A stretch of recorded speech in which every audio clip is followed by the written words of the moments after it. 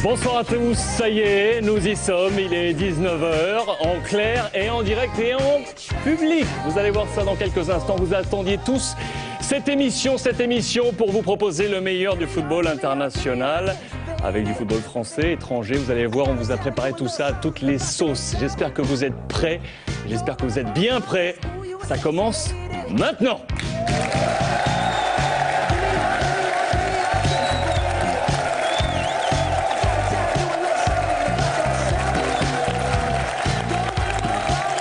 Et qui dit émission, dit expert. Le club avec ce soir, monsieur Luis Fernandez, Eric Dimeco et Jean-Pierre Papin.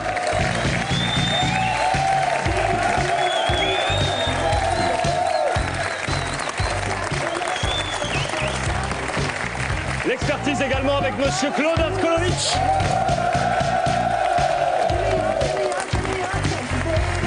Et notre parrain pour lancer ce nouveau rendez-vous dominical, un ballon d'or, monsieur Luis Figo.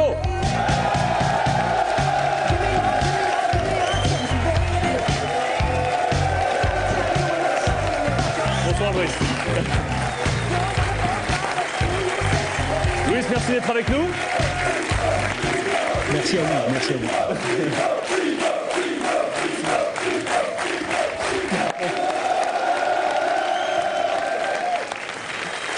Particulier pour moi parce que je suis fan du Real Madrid, je peux enfin l'avouer.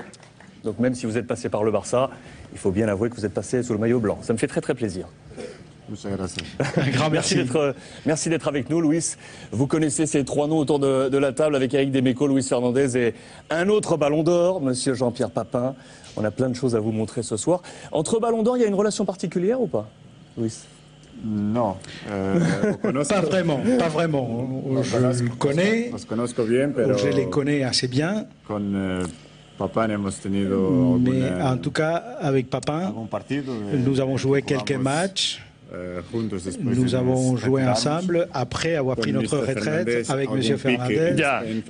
J'ai travaillé en Espagne. Quand Luis était entraîneur de l'Athletic Bilbao. Oui. Absolument. Souvenir, Luis, ou... Oui, je m'en souviens. Il me disait que me tirava demasiado.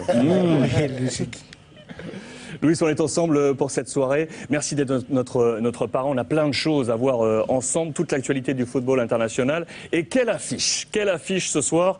Un match que vous connaissez particulièrement, j'en suis sûr. Ce soir, en clair, en direct avec nous, match de prestige, le match entre Valence et le FC Barcelone. On vous offre un petit apéritif pour prendre la mesure de ce match. Regardez.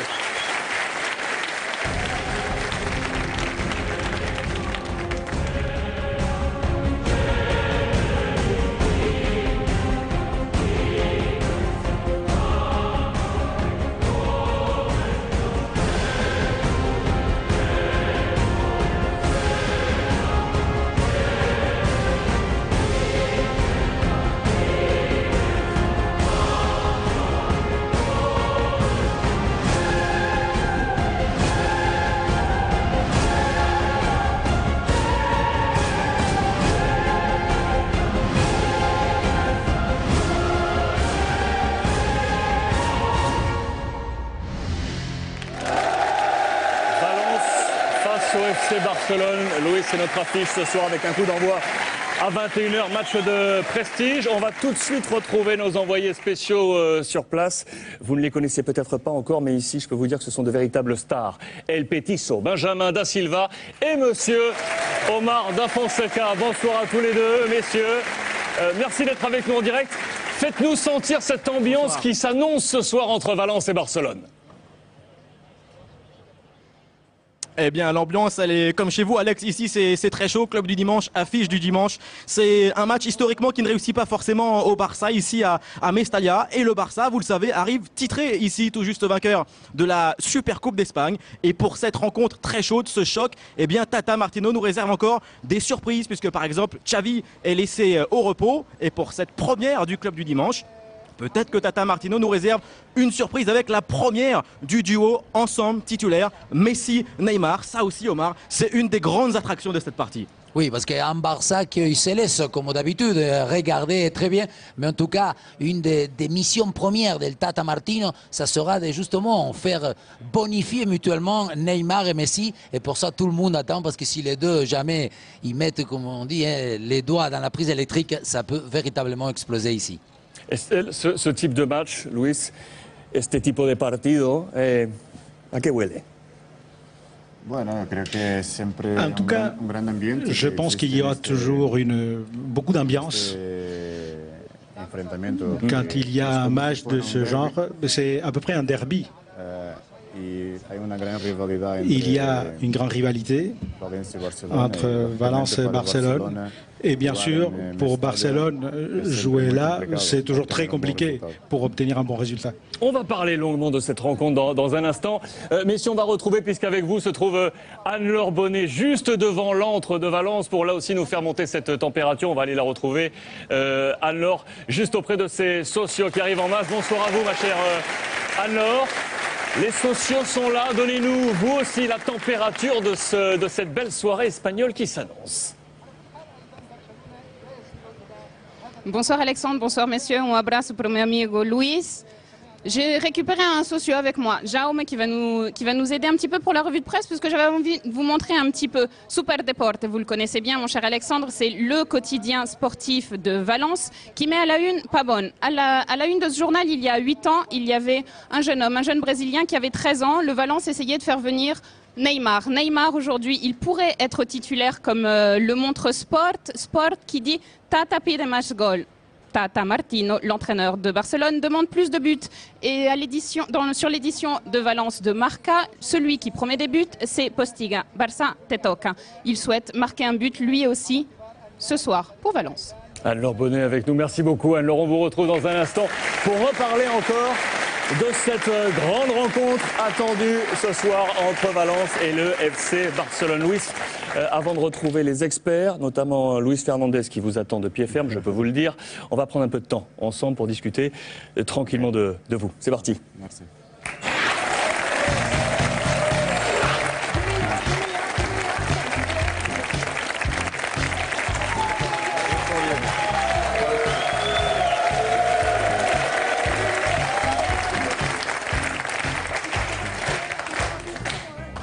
Alors on est en direct, donc ça se passe comme ça. Petit problème de son visiblement avec l'oreiller de Luis. Est-ce que ça fonctionne bien de nouveau? Luis, vous me dites si ça fonctionne bien avec vous. Non, fonctionne.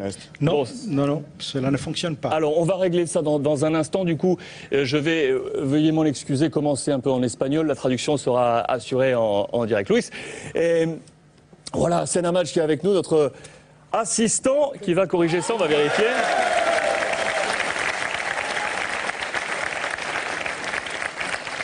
Luis, est-ce que ça fonctionne bien?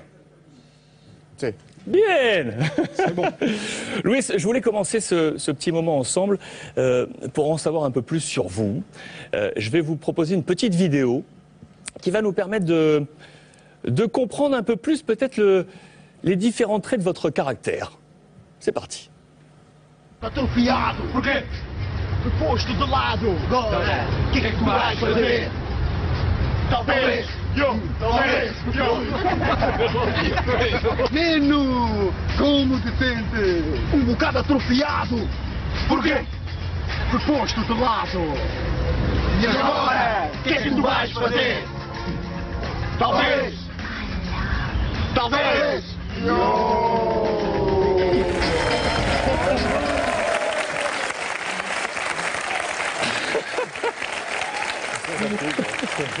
Alors de quoi s'agit-il, Luis? C'était une époque où je ne savais pas si j'allais prendre le domaine artistique, si j'allais devenir chanteur ou si j'allais faire du football. C'était un programme que nous avions fait, une émission qui était dédiée à Nuno, un goal que fue de Benfica, de du Guimarães, Benfica, de que le Guimarães. gusta mucho cantar. Il adore chanter. Entonces, en un programa Et deportivo, donc, dans une émission de sport, éramos todos los que estábamos, éramos jugadores de fútbol. nous étions tous des joueurs de football, Vieira, Oceano, Beimas. Y entonces habíamos hecho una Et sorpresa. donc, c'était une surprise pour lui. Inventamos esta canción Nous avons inventé rapera, cette chanson, une sorte de rap. aparecíamos así detrás Et del voilà, árbol. nous sortons d'un arbre comme ça et nous chantons. Il y a une fibre artistique. C'est clair chez vous, votre talent le prouve, et on le voit également dans ce rôle d'acteur. On va remonter en arrière, Luis, pour essayer de comprendre un peu plus qui vous êtes au-delà de cette petite blague. Petite photo pour vous, pour voir cette petite tête. Qué sorpresa. Oh, Qué une miedo. surprise, j'ai peur.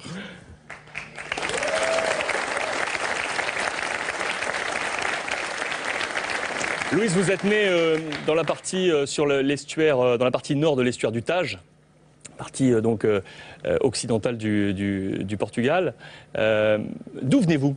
Quel est votre bassin? Quelle est votre famille? Que faisaient vos parents? Bueno, una familia de clase media. Je viens d'une famille de classe moyenne. Soy hijo único. Je suis Entonces, enfant unique.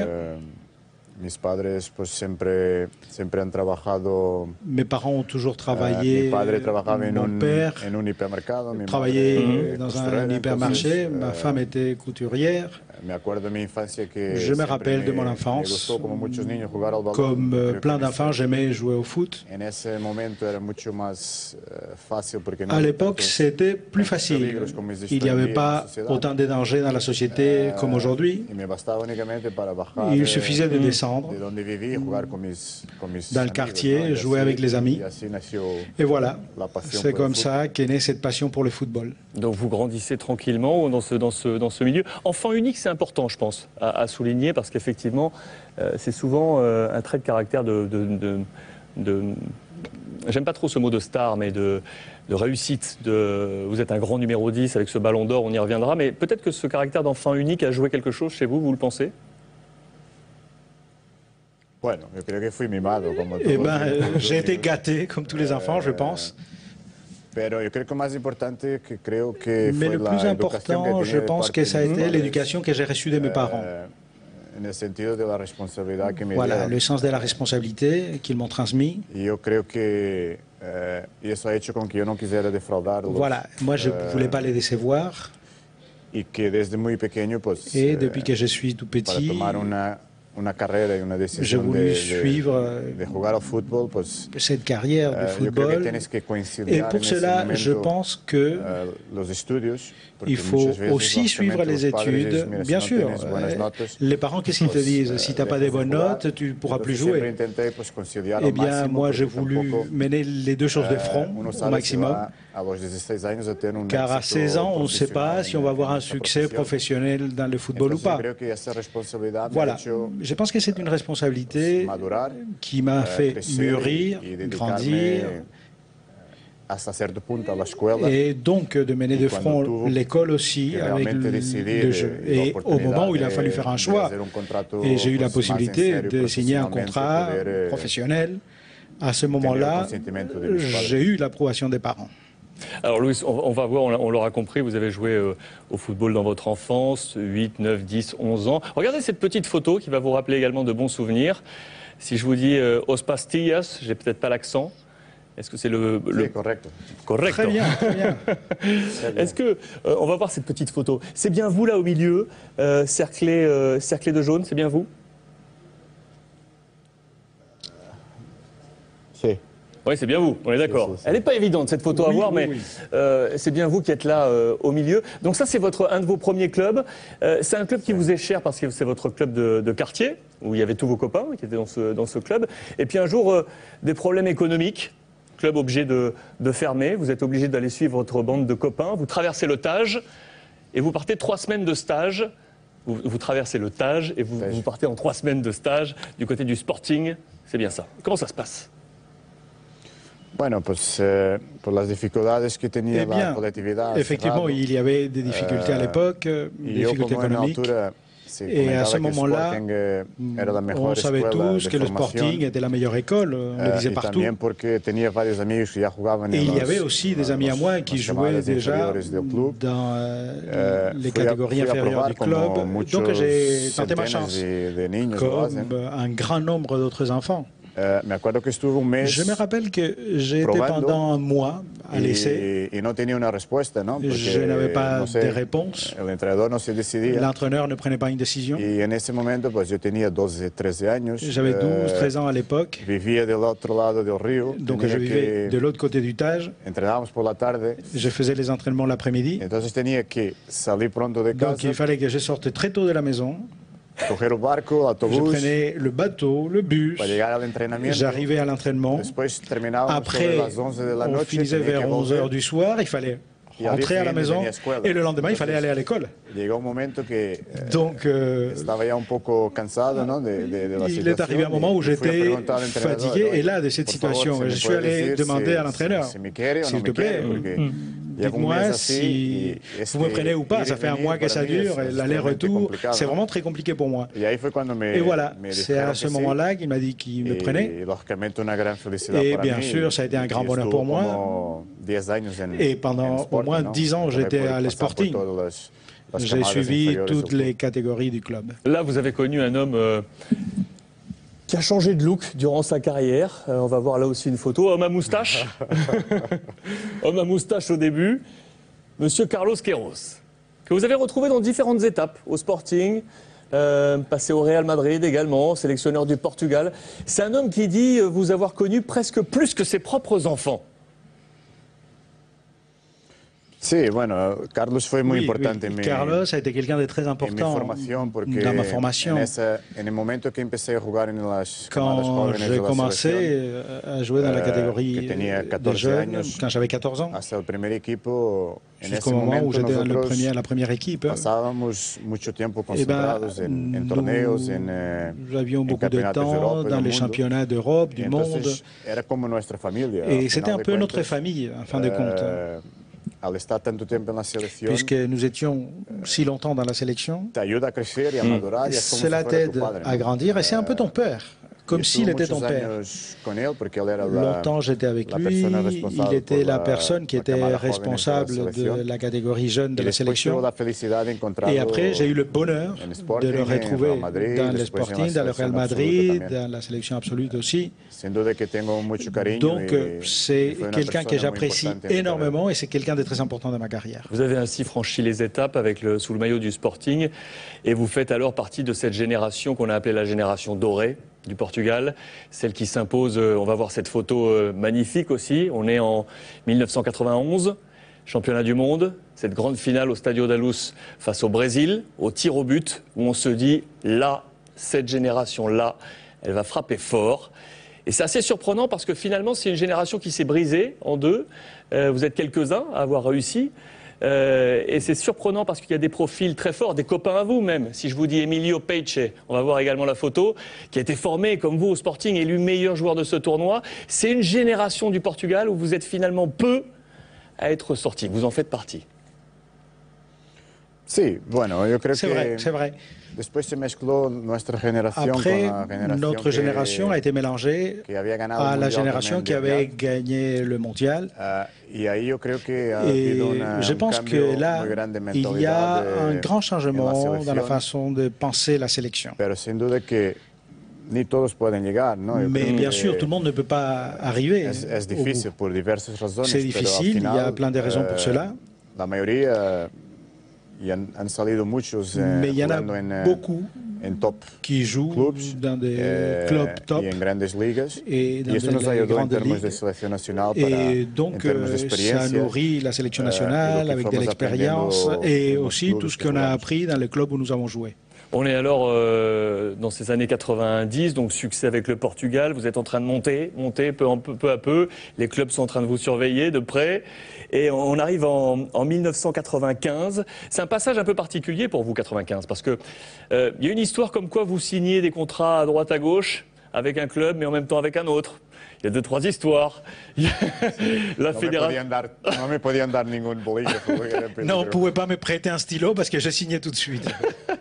Ça vous était arrivé déjà au Portugal avec Benfica et Porto. Ça vous est arrivé de nouveau en Italie avec le Parme et la Juventus. Vous avez été suspendu 2 ans par la fédération italienne. Mais ça vous a finalement porté chance parce que du coup, c'est le Barça qui vous récupère. On est en 95 et Cruyff vous amène au Barça. Racontez-nous ces années catalanes. On voit ces photos avec Johan Cruyff et on va voir des images de vous, notamment face au Real Madrid. C'est quoi ce passage au Barça, Luis? Bueno, antes de eso, al final el tiempo me dio la razón porque... À la fin, c'est le temps qui m'a donné raison. El problema que he tenido en Italia Le problème que j'ai eu en Italie, fue que una de las personas que en este momento pues, está irradiado del calcio, que es Mochi. est éliminé du calcio, Mochi. Yo lo que pasa es que terminaba mi contrato Moi, con j'ai el fini mon contrat Sporting avec le Sporting. Mon y contrat arrivait à terme. yo quería salir. Je voulais En principio apareció la Juventus. Il y avait la possibilité avec la Juventus. Me intentaron pues convencer Ils ont essayé de me convaincre pour que je signe un contrat. Después me apareció el Parma. Après, il y a eu le Parma. Pero en este todo, pues yo estaba un poco en litigio con Sporting. Mais j'avais un litige avec le Sporting à l'époque parce qu'ils m'ont promis des choses qu'ils n'ont pas yo données. entendí que realmente me querían vender. J'ai compris qu'ils voulaient me vendre un club que je ne voulais pas, Juventus. Yo decidí firmar Et donc, por el j'ai Parma. décidé de signer au Parma. Pero no sé qué pasó, que realmente Mais après, je ne sais pas ce qui s'est passé. Il y a eu une sanction de 2 ans en Italia, en lo que ha Italie. hecho con que yo no pudiera jugar Donc en je Italia. ne pouvais pas jouer en Italie et il fallait donc que j'aille chercher une autre option, car je ne pouvais pas continuer à aller Sporting, car les rapports n'étaient pas bons avec la direction. À ce moment-là, j'ai eu cette proposition de jouer au Barça ou au Real Madrid. Era la época del Dream Team. C'est l'époque du Dream Team. Y por eso Et opté, donc, y me decidí por j'ai pris cette por el décision de Barcelona. partir au También Barça. una de las causas fue la Une posibilidad des de poder raisons a été trabajar aussi la con, possibilité de Johan travailler Cruyff, ¿no? avec Johan Cruyff. Que para mí era un sueño. Pour moi, c'était un rêve. La verdad es que hace poco estuve con él, ahora Il y en a Mónaco. peu en un longtemps, sorteo. je l'ai rencontré à Monaco Y es pour un siempre tirage au sort. una alegría Et poder c'est reencontrarlo toujours porque une joie de le fue su retrouver. último año como C'était entrenador. sa dernière année en tant qu'entraîneur.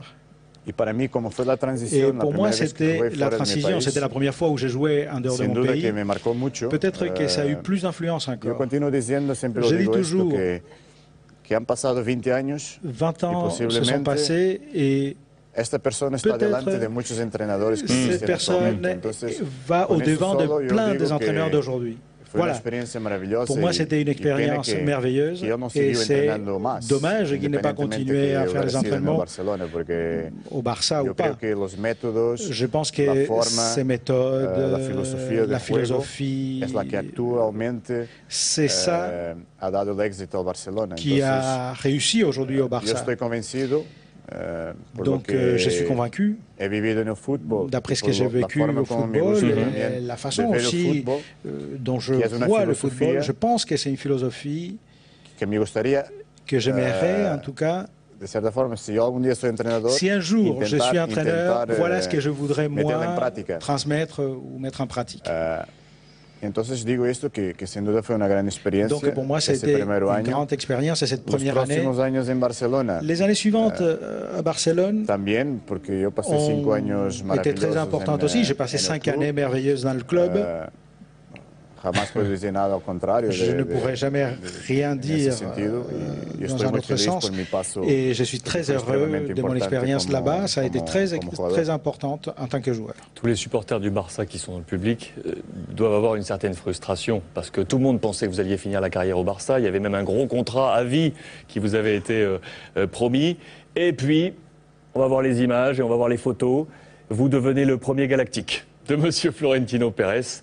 On est en 2000. Là, il y a un changement de dimension. Vous devenez un joueur vraiment planétaire parce que le Ballon d'Or suit, parce que vous êtes le joueur FIFA, parce qu'on vous attend, parce que vous êtes l'homme fort du projet du Florentino Pérez. Pourquoi cette décision, Luis? Alors vous étiez si bien à la maison. Bueno, la verdad es que sí, que estaba, tenía todo. Oui, je l'avais tout. Yo creo que era una decisión de más de perder do que de ganar. C'est une décision où je perdais plus que je n'ai gagné. Si lo piensas realmente, Si on y porque réfléchit estaba vraiment, adaptado. Je m'étais déjà adapté. Tenía todo. Je l'avais tout. Pero yo creo que cuando no te sientes Mais valorado, je pense que quand on ne se sent pas, qu'on est pris à sa juste valeur, partout, dans tous les métiers, te sientes o piensas dos veces, ¿por qué estoy aquí? On y réfléchit à deux fois, on se dit, qu'est-ce que je fais là? Y si hay otras personas y otro club que te valoran, un autre club y que te ofrecen, no solamente en términos financieros, porque al final te fait une offre, mais non pas financière nécessairement, muy poca gente sabe car lo que pasó peu de en gens savent vraiment ce qui s'est passé dans cette opération.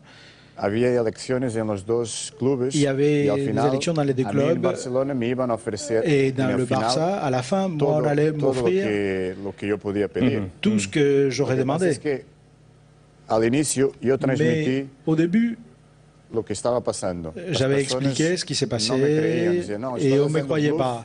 On pensait que je bluffais pour arriver à obtenir un contrat meilleur.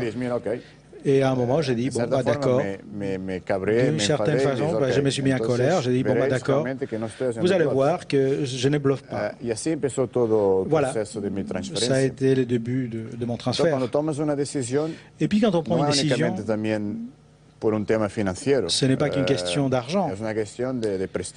Il y a le prestige, ce qu'on va te proposer, ce que tu pourras gagner.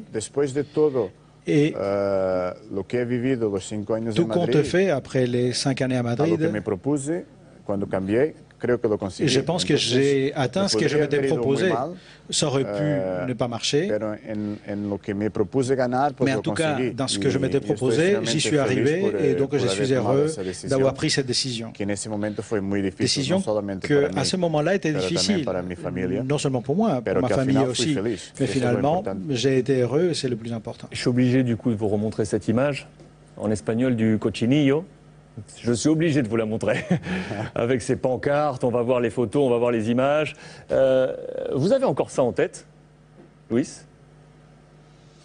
Non, uno lo recuerda, pero... Non, on a des souvenirs. C'est violent quand même. Me lo recuerdas. Mais on se rappelle quand on vous le rappelle. Pero no, yo creo que ha sido una noche... Non. Diferente, difícil por el ambiente. Ça a été difficile, l'ambiance était difficile. Yo creo que me ayudó también a crecer, a ser más fuerte. Cela m'a aidé à être plus fort, à grandir. Y encima de todo, yo soy consciente, soy muy realista. Et en plus, je suis réaliste. Del porqué du pourquoi. Lo que es todo este sentimiento de ces sentiments, du pourquoi de ces sentiments que genera el fútbol, que le football génère. No lo entiendo, pero en même temps, je ne les comprends pas. Cuando se trata de algo que es extradeportivo, il s'agit de quelque chose qui est au-delà du sport. Hay que vivir con ello, ¿no? Mais il faut quelque chose à quoi il faut s'y faire. Des années fantastiques également donc au Real Madrid avec ces titres et qui ont fait de vous donc ce joueur planétaire. La fin de la période madrilène se passe difficilement avec une blessure qui traîne à la cheville, qui d'ailleurs vous frustre également sous le maillot national. C'est quelque chose que vous avez très certainement encore comme une épine dans le pied, de ne pas avoir de titre fort avec le maillot du Portugal. Vous finissez votre contrat à Madrid et puis vous choisissez l'Inter pour finir cette carrière. On va voir ce passage avec cette arrivée, on va voir cette rencontre avec José Mourinho, on va voir ce dernier match où tout le monde vous salue. Ce passage à l'Inter, Louis, et ces images-là, vous vous dites quoi quand vous regardez maintenant dans le rétro? Il vous manque quelque chose? Peut-être avec la sélection? No, la mala suerte nuestra es que encontramos en el momento decisivo siempre a Francia, que tenía una super équipe. C'est dommage, au moment décisif, on se retrouvait toujours contre la France, qui avait une super équipe. Pero no, para nada, yo creo que cada uno, yo no me puedo lamentar para nada de mi carrera. Je ne peux pas regretter. Moi, j'ai eu vraiment beaucoup de chance, dans tous les sens. C'était un privilégié. Je sais que j'ai beaucoup lutté pour obtenir tout ce que j'ai gagné. Mais je ne peux pas regretter de ne pas avoir gagné avec les sélections nationales, car quand j'ai commencé à jouer dans la sélection absolue, comme j'ai dit auparavant, nous jouons pour ne pas perdre. Et je pense qu'on a changé et on a gagné beaucoup de prestige. À partir de là, on a joué dans toutes les finales des championnats d'Europe, du monde, et on a été très près du titre. Si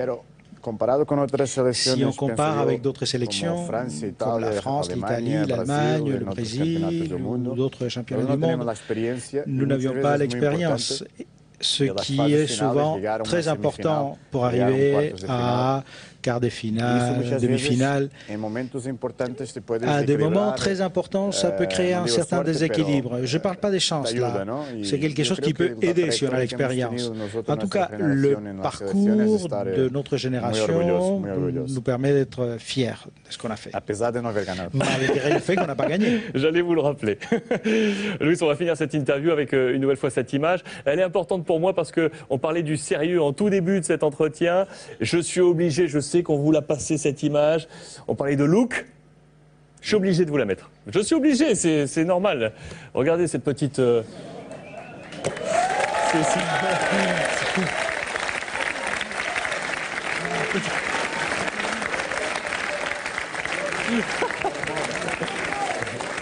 C'était la mode. C'était la mode. C'est pas normal, ça. J'étais jeune et c'était la mode. J'y pensais pas beaucoup. Il y avait une petite teinture, il y avait du travail quand même, hein?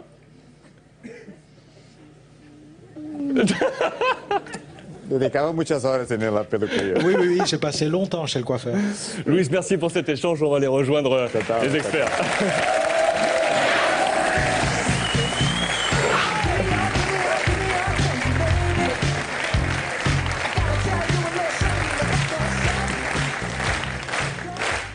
Bon, pas mal, non? On a tous nos casseroles, Alex. Tu sais, il y en a quelques-uns, il ne faut pas leur sortir leur coupe, là. Je parle pour moi. Oui, je pense que vous pouvez parler avec la nuque longue. Bon, c'était intéressant parce que c'est important de revoir ces parcours et de ce qui a marqué comme ça les grandes stars de la planète football avec des décisions qui ne sont pas forcément faciles à prendre. Hein. Jean-Pierre, vous en avez eu, vous également, à prendre. Hein. On a tous les mêmes. Hein. On a tous les mêmes choix à faire une fois dans notre carrière, hein, à choisir. Et on reste, on s'en va. C'est vrai que c'est des choix cartésiens des fois. On va parler ce soir du match entre Valence et le FC Barcelone.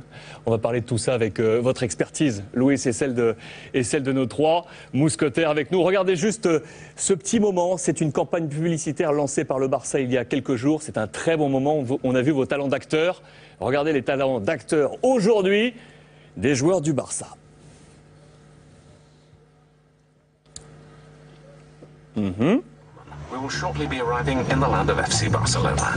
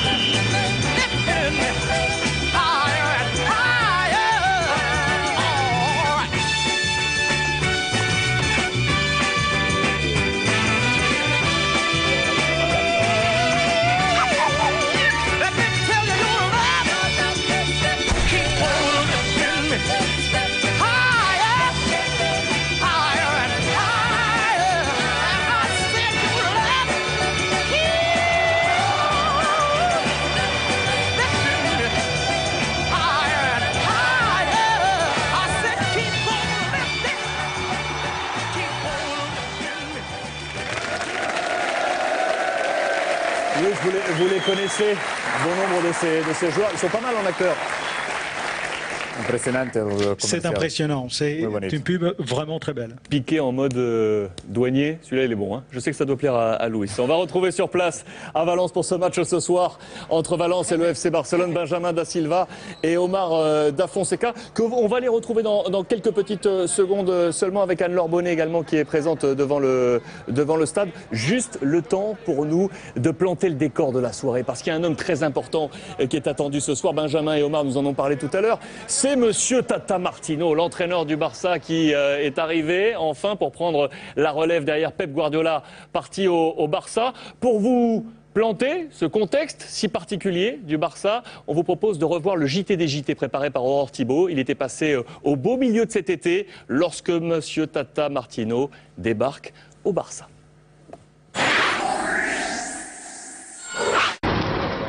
Tata Martino à l'heure de son départ d'Argentine aujourd'hui, direction l'Espagne et le FC Barcelone, retour sur une nomination qui en a surpris plus d'un.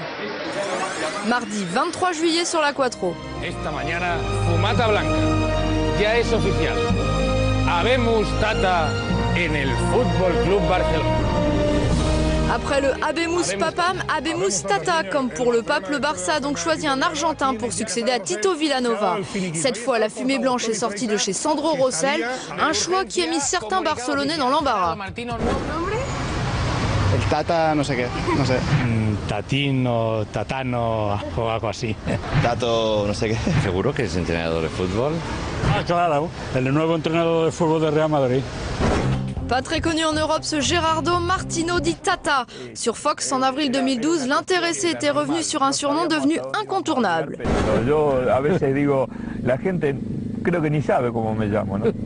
Pero tampoco tengo una respuesta para eso, porque esto viene de chico de mi barrio. Tata, 50 ans, débarque en Catalogne, tout juste auréolé d'un titre de champion d'Argentine avec les Newell's Old Boys, club où il a aussi brillé en tant que joueur. Sur Antena 13, les confidences de l'un de ses anciens coéquipiers dans les années 90, Mauricio Pochettino, l'ex-joueur du PSG. El Fútbol Club Barcelona está fichando a una persona 10. Después de haber jugado varios partidos en el primer equipo, yo no tenía sueldo, no tenía ningún salario ni nada, y él como capitán hablando con el presidente para reconocernos. Yo creo que el Barcelona acierta 100% con este fichaje. 100% raison et 100% bien accueilli par les joueurs Blaugrana sur la Sexta, Carles Puyol et Andrés Iniesta. Si el club ha decidido eso es porque es el entrenador perfecto para nosotros. Sabemos de su trayectoria, es un muy buen entrenador, le gusta el estilo de juego del Barcelona. Sur les réseaux sociaux, Messi a parlé de belles surprises, enfin si l'on veut. Pour beaucoup, la Pulga et son père ne seraient pas étrangers à l'intronisation de Martino. Idole de Messi senior, né à Rosario comme Léo, avec un amour commun pour le club de Newell's. La preuve sur ses archives de Barça TV, le quadruple ballon d'or sous le maillot rojinegro. Bref, Léo, ambassadeur de Tata, fort probable selon le nouveau technicien Blaugrana. Los pormenores de cómo fue la situación no las conozco en profundidad, pero no tengo ninguna duda de que Jorge y Lionel han tenido gravitación. Hypothèse balayée par Messi hier sur TV13 après le match face au Bayern. Preguntó el club a ti por si te gustaba el Tato, no hubo opinión de Messi en ese sentido. No, yo no tengo que opinar nada, esas son decisiones del presidente y de SUB y de la gente que trabaja en eso. No, nunca estuve cara a cara con él personalmente. Aucun désaccord en revanche sur la méthode Tata au Barça. En résumé, le changement, ce ne sera pas pour maintenant. Me han pasado un montón de cosas. ¿Cómo va a jugar el Barcelona del Tata Martino? ¿Cómo va a ser? ¿Sos realmente consciente que vas a estar a cargo del club, uno de los clubes más importantes del planeta? Nosotros entendemos a la institución que vamos, a la historia que tiene esa institución. Es un desafío sumamente trascendental, ¿no? Martino applaudit lors de son au revoir avec les médias argentins, adoré dans son pays, où ses supporters n'hésitent pas à l'acclamer jusque chez lui ou à lui dédier une petite chanson. Prochainement, la version catalane. Con un Tata el amigo, con un Tata el maestro, con un Tata triunfante, Newell's Old Boys disfrutó, con el Tata Martino, todo Newell's cantó. Tata Martino, le nouvel entraîneur du Barça. Luis, cette nomination ça vous a surpris? Sí, bueno, creo que todo el mundo... Oui, je pense que tout le monde s'attendait peut-être à un entraîneur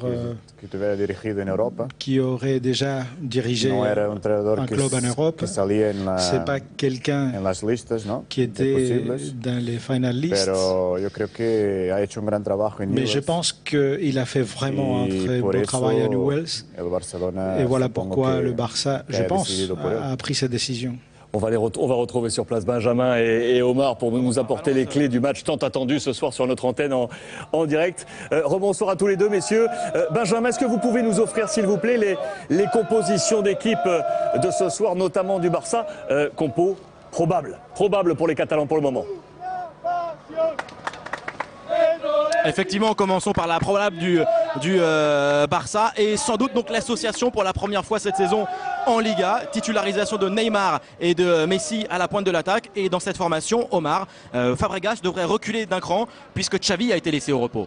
Oui, du classique, non, avec Piqué et Mascherano qui maintenant il se consolide dans cette défense centrale, et en tout cas avec Busquets. Voilà, Fabregas qui est revenu avec el Tata Martino, une espèce de titulaire, parce que le dernier match c'était Iniesta qui était remplaçant, là c'est Xavi qui est complètement absent, et ensuite voilà les deux hommes qui à la lecture de tout le monde, c'est la priorité de Martino. De quelle façon faire jouer Messi et Neymar? Est-ce qu'il faut les rapprocher justement pour qu'ils puissent combiner, communiquer, s'entendre entre eux? Il y en a qui disent même qu'il faut plutôt les éloigner, qui jouent sur les deux côtés justement pour étirer la défense et pour que chaque fois qu'un des deux prenne la balle, il fasse justement des exploits individuels. Et Omar parle de l'attaque. En défense, c'est aussi un match particulier pour Jordi Alba, arrière-gauche, qui est évidemment un ancien joueur de Valence.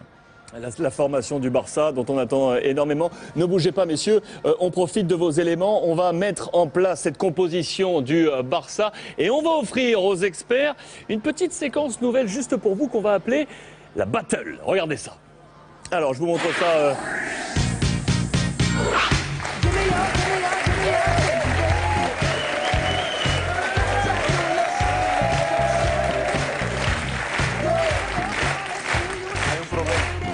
Il y a un problème. Et je pense qu'il y a un problème. Il y a un vrai problème parce que j'avais ça là, moi. La compo là. Regardez, ça c'est la composition d'équipe probable annoncée donc ce matin par la presse catalane. Je vous rappelle donc, puisque Benjamin et Omar vous l'ont dit, l'absence de Xavi et d'Alexis qui sont mis au repos et de Carles Puyol dans la défense centrale qui est pour le moment blessé. On vous a mis à tous les deux de chaque côté cette composition d'équipe probable. C'est exactement la même, seule la couleur diffère. Et on va vous offrir la possibilité de faire votre composition d'équipe. On est d'accord? Vous avez la possibilité au milieu, là dans les positions de remplaçants, de changer cette composition d'équipe. On va d'abord parler du gardien. On est d'accord tous les deux? Vous êtes OK pour Victor Valdés? Carrément, oui. OK, d'accord. On ne touche rien. Pour la défense, je vous laisse agir tous les deux comme vous le souhaitez. Moi, personnellement, je laisse les mêmes, parce que c'est les mêmes qui ont joué durant la semaine, contre l'Atlético de Madrid, avec Alba, Mascherano, Piqué et Daniel Alves. S'il y a peut-être une variation, ça peut être celle d'Adriano à la place de Daniel Alves, parce qu'il était un peu moins bien. A déjà joué des deux côtés, depuis le début de la saison. Exactement. Mais ça, c'est la défense titulaire du Barça quand Puyol n'est pas là. Donc vous restez tous les deux sur cette défense. On garde ça. Ok, d'accord. On passe au milieu de terrain. Vous avez la possibilité de changer, je vous le rappelle. Xavi qui est au milieu n'est pas là ce soir. Le problème, Xavi n'étant pas là, je pense que Busquets, c'est toujours pareil devant la défense, avec Fabregas et Iniesta pour l'accompagner dans le cœur du jeu. Vous pouvez éventuellement bouger un petit peu si vous voulez changer un peu la position tactique. Il n'y a pas de souci. Louis, vous pouvez y aller. Eric, de la même chose, même façon de votre côté. C'est un 4-3-3 le Barça en général. Pedro, c'est sur les côtés. Neymar restera aussi ici. Et on a du Messi qui est un peu l'électron libre dans cette équipe, qui se déplace, qui fait ce qu'il a envie de faire. Mais a priori, c'est ça, avec deux garçons qui sont assez rapides sur les côtés. Donc vous ne changez pas non plus sur la ligne offensive? Non, parce que le Barça... Donc vous restez sur cette compo? Moi, je reste sur cette compo parce que c'est le seul, à moins qu'il ait, peut-être, de mettre Iniesta à gauche, Neymar à droite, et de mettre Song. Vous êtes maître, vous faites comme vous voulez. Non, mais moi je garde celle-là, elle me plaît. Elle me plaît. Non, là c'est pareil, quand on sait que Xavi n'est pas là. Alexis qui avait joué les premiers matchs, pareil, n'est pas là. La seule solution qu'a Tata Martino, c'est peut-être de mettre un système un petit peu plus défensif, mais c'est pas le Barça. C'est-à-dire Song à côté de Busquets devant la défense, ça pourrait être une idée en allant à l'extérieur. Mais d'après moi, la composition ne changera pas à ce niveau-là. Alors après l'animation, oui, Iniesta peut-être qui rentrera un petit peu plus, mais le 4-3-3 comme ça me paraît cohérent. Et par rapport aux solutions qu'il y a sur le banc, la seule possibilité, ce serait Song devant la défense, mais il le fera pas. Voilà, ce serait. Et après, si je fais ça, Louis va dire que je suis un entraîneur défensif, donc c'est pas crédible. C'est le style du Barça. D'accord. Donc vous n'avez aucun changement à faire. Donc vous êtes exactement sur la même ligne côté Barça, que ce soit avec vous, Louis, ou avec vous, Eric. Je pense que c'est le style du Barça. Le style du Barça, c'est un style, c'est une culture de jeu, c'est une équipe qui est a priori pour jouer, pour attaquer, pour marquer des buts et pour gagner ce match. Louis, que feriez-vous de votre côté? Est-ce que vous gardez cette composition d'équipe probable ou est-ce que vous opéreriez un changement? Sí, está perfecto, pero creo que je pense que c'est parfait, mais je pense qu'Ignès ne va pas jouer. Se hablaba de que Xavi Iniesta iban a tener descanso. Ok, donc on ne fait pas jouer Andrés Iniesta. Et qui vous mettez à la place, Luis? No, se hablaba en la prensa. No, non, sé si vous disiez à la presse. Si yo soy entrenador. Si c'était moi l'entraîneur, je le mets toujours lui, Iniesta. D'accord, donc vous gardez Iniesta, on est d'accord. Vous gardez Iniesta sur le côté gauche. Ah oui, oui. Ok. Je le donc garde. pas de changement. Il veut pas Iniesta, il veut pas. Donc Il pas veut de rentrer changement dans l'axe. visiblement sur ce poste. On va faire un petit. Oui, bien sûr. Bien sûr. Il a envie d'être entraîneur. ¿Te gustaría ser entrenador? De momento no, vivo demasiado bien. Pas pour l'instant, je vis très bien à ce moment. Alors, on va poser une petite question du coup au public, puisque vous êtes tous les deux d'accord. Si vous le voulez bien, vous êtes munis de petits boîtiers. On va faire un petit truc participatif. Est-ce que vous êtes d'accord, selon vous, tout simplement avec le 11 de départ des trois? Parce que Luis Figo est également d'accord avec ce 11 de départ. On va vous offrir 8 secondes pour nous dire oui ou non. Le temps à Jean-Pierre de nous dire s'il est d'accord avec ça. Allez-y. Que Xavi joue pas, c'est sûr que je pense qu'au milieu de terrain, ça ne peut être plus comme ça. Dans la philosophie du Barça, ces trois-là ont l'habitude de jouer ensemble. Pourrait peut-être mettre Fabregas comme ils l'ont fait très souvent, même en pointe. Ok. Ça pourrait être aussi une solution de mettre. Tu veux mettre Fabregas à pointe et Messi. Comme il a été testé la saison dernière, tu pourrais faire ça et mettre Messi. Donc on met Fabregas en position numéro 9. Où est-ce qu'on met Messi? Derrière? Non, je mettrais Pedro en dessous. Pedro en dessous? Voilà. Ok. Et ça pourrait être comme ça aussi. Comme ça? Ouais. Ok, dans cette version-là. Est-ce que les votes sont clos? On va voir en régie si les votes sont clos. Est-ce que tout le monde a voté? Tout le monde a voté. Résultat de ces votes, on voit ça tout de suite. Si vous êtes en accord ou non, ça va s'afficher. 0%, ça marche bien, ça monte. D'accord, 91% en accord avec cette composition d'équipe. On va aller sur les 9% pas d'accord. Qui s'est manifesté pour dire de ne pas être en accord avec la position qui est là affichée? On va aller au plus court, après on ira au fond. Pas de souci. Tenez votre petit micro, votre prénom. Bonsoir, Guillaume. Salut Guillaume. Pourquoi Guillaume? Pourquoi pas d'accord avec cette composition d'équipe? J'ai un souci avec Messi, seul en pointe. Je trouve que même s'il est électron libre, je le préfère sur un côté et rebasculer Neymar en pointe. Donc vous êtes plutôt de l'avis de Jean-Pierre alors? Exactement. Donc on met Cesc Fabregas devant et plutôt Messi à droite, c'est ça? Voilà, si on veut du spectacle et des buts, je vois plutôt Neymar bien en pointe et Messi en électron libre mais sur un côté. Qu'est-ce que vous en dites les experts? Moi je pense que la force du Barça c'est quand Messi est un électron libre, quand il se positionne comme ça. Maintenant avec l'arrivée de Neymar, c'est un joueur qui a le profil pour jouer sur le côté. Maintenant, ce qu'il faut, c'est toujours avoir dans le cœur du jeu, avoir une certaine sécurité quand même. Parce que si on commence à mettre un Messi un peu sur le côté, Messi, depuis son efficacité, c'est depuis qu'il est passé comme dans ce style-là, dans ce registre. Un attaquant, pas un véritable attaquant, il est libre. Après, c'est lui. Après, il y a toujours de la vitesse pour bien prendre la largeur du terrain. Je pense que Luis, au Barça, on a toujours aimé jouer en prenant la largeur du terrain, en essayant d'écarter au maximum. Je pense le problème de Fabregas en pointe, c'est que ça ne s'est pas très très bien passé depuis qu'il est au Barça. C'est pour ça que Messi est passé dans l'axe quoi qu'il arrive, donc ça m'étonnerait. Non mais on est d'accord quoi qu'il arrive, on est d'accord sur les hommes, après c'est la manière dont tu vas les employer sur ce match. D'accord. En tout cas vous Jean-Pierre, on aura noté donc plutôt la gamme avec Messi sur le côté droit et de jouer avec Cesc Fabregas en position axiale. La seule variante qu'il peut avoir, c'est soit Adriano qui peut intégrer, soit Son qui peut passer au milieu. À ce moment-là, il pourrait éventuellement sortir. Moi ce qui me fait plaisir, c'est que je vois qu'un Parisien et un Marseillais sont d'accord. Oui, mais bon, il n'y a pas énormément de solutions, d'options, sachant que Xavi n'est pas là, et Alexis non plus, qui avait joué les premiers matchs. Sinon, on n'aurait peut-être pas été d'accord. On va retrouver Anne-Laure sur place devant le stade. Regardez, Anne-Laure Bonnet qui est avec nous. Anne-Laure, rebonsoir à vous. On a retrouvé Benjamin et Omar. Est-ce que, visiblement, oui, est-ce que la température, là aussi, tranquillement, est en train de monter avant ce match tout à l'heure en direct sur beIN Sport?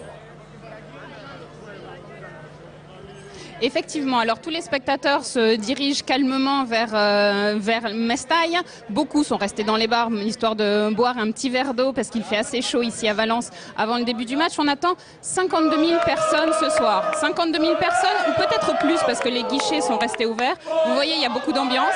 Les guichets sont restés ouverts et il y a longtemps à Mestalla qu'on n'avait pas vu un tel engouement, une telle ambiance avant ce duel au sommet avec les cousins catalans. Match très attendu ce soir entre Valence et le Barça, très attendu également pour nous, parce que oui, nous voulons voir les stars, nous voulons voir Messi et Neymar, nous voulons voir également les Français du côté de Valence avec Adil Rami et Jérémy Mathieu. Nous sommes partis à la rencontre de Jérémy Mathieu, justement, c'est John Ferreira qui a passé 48 heures avec lui pour un petit moment confidence.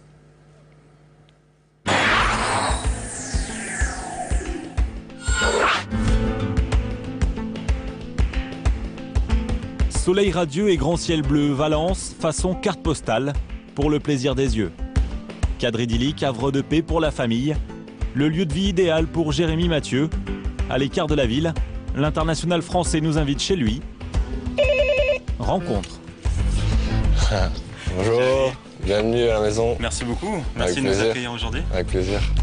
Dans l'entrée, pas forcément de coupe ni de médaille, mais plutôt des souvenirs. C'est un de mes rares trophées. C'est la finale de la Coupe de la Ligue, en fait, avec Sochaux qu'on a gagné contre Nantes en 2004. C'est ton plus beau trophée ? C'est le plus beau, c'est le seul.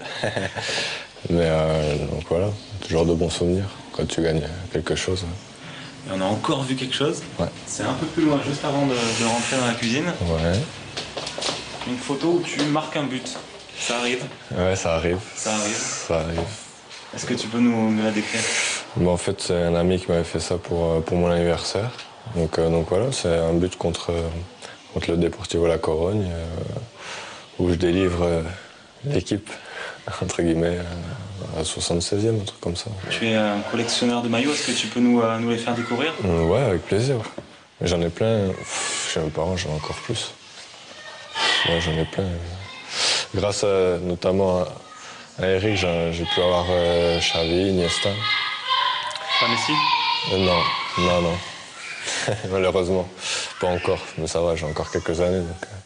Jérémy Mathieu, pisté par le Barça, on l'a évoqué cet été. Alors, info ou intox ? C'est une petite info vite fait, mais c'est vrai qu'on en a parlé. Mais disons que j'étais un peu dans leur plan, mais pour eux, il y avait des priorités. Pour l'instant, ils essaient de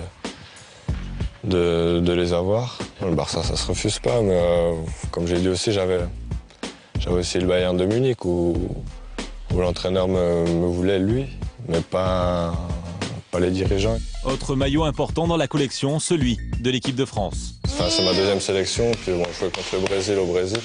C'est vrai que voilà, c'est quelque chose... Enfin, pour moi, l'équipe de France, ça représente beaucoup. Donc, le plus dur, c'est que tout le monde parle de toi. Qu'ils disent, ouais, on te voit en équipe de France, pourquoi tu n'y es pas? Puis, au final, bah, tu y crois et je vois pas ce que j'ai de moins que les autres. J'ai tout donné pour y arriver, j'y ai été. Et, moi, j'ai toujours envie d'y aller parce que pour moi, l'équipe de France, pour moi, ça représente, voilà, c'est mon pays, j'ai envie de le défendre. Hop. Un peu de ça. Ben, ça, c'est le plus grand de mes fils qui s'appelle Kylian. Je vis pour eux, je fais tout pour eux, je cours pour eux et voilà, donc le plus important, c'est ça. C'est ce qu'il y a pour moi le plus beau dans la vie. On va tenter la palenka. T'es prêt?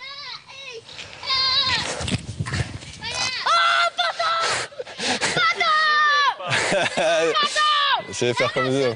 On n'a pas les mêmes qualités. Des enfants heureux, un papa gaga. Le football reste une passion, mais surtout un métier.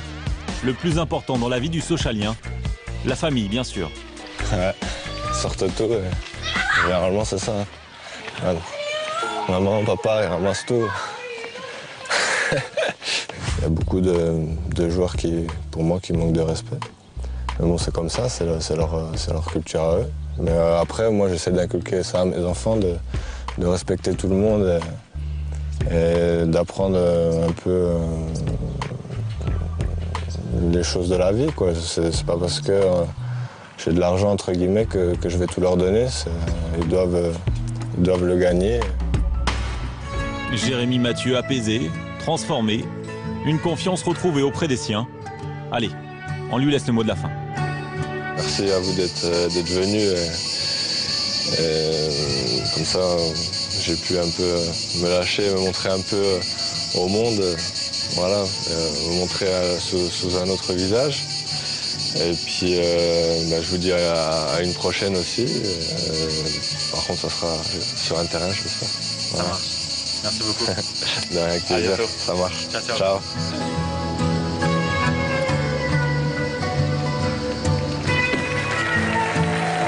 Et le match sera ce soir très certainement face au Barça sur notre antenne en direct.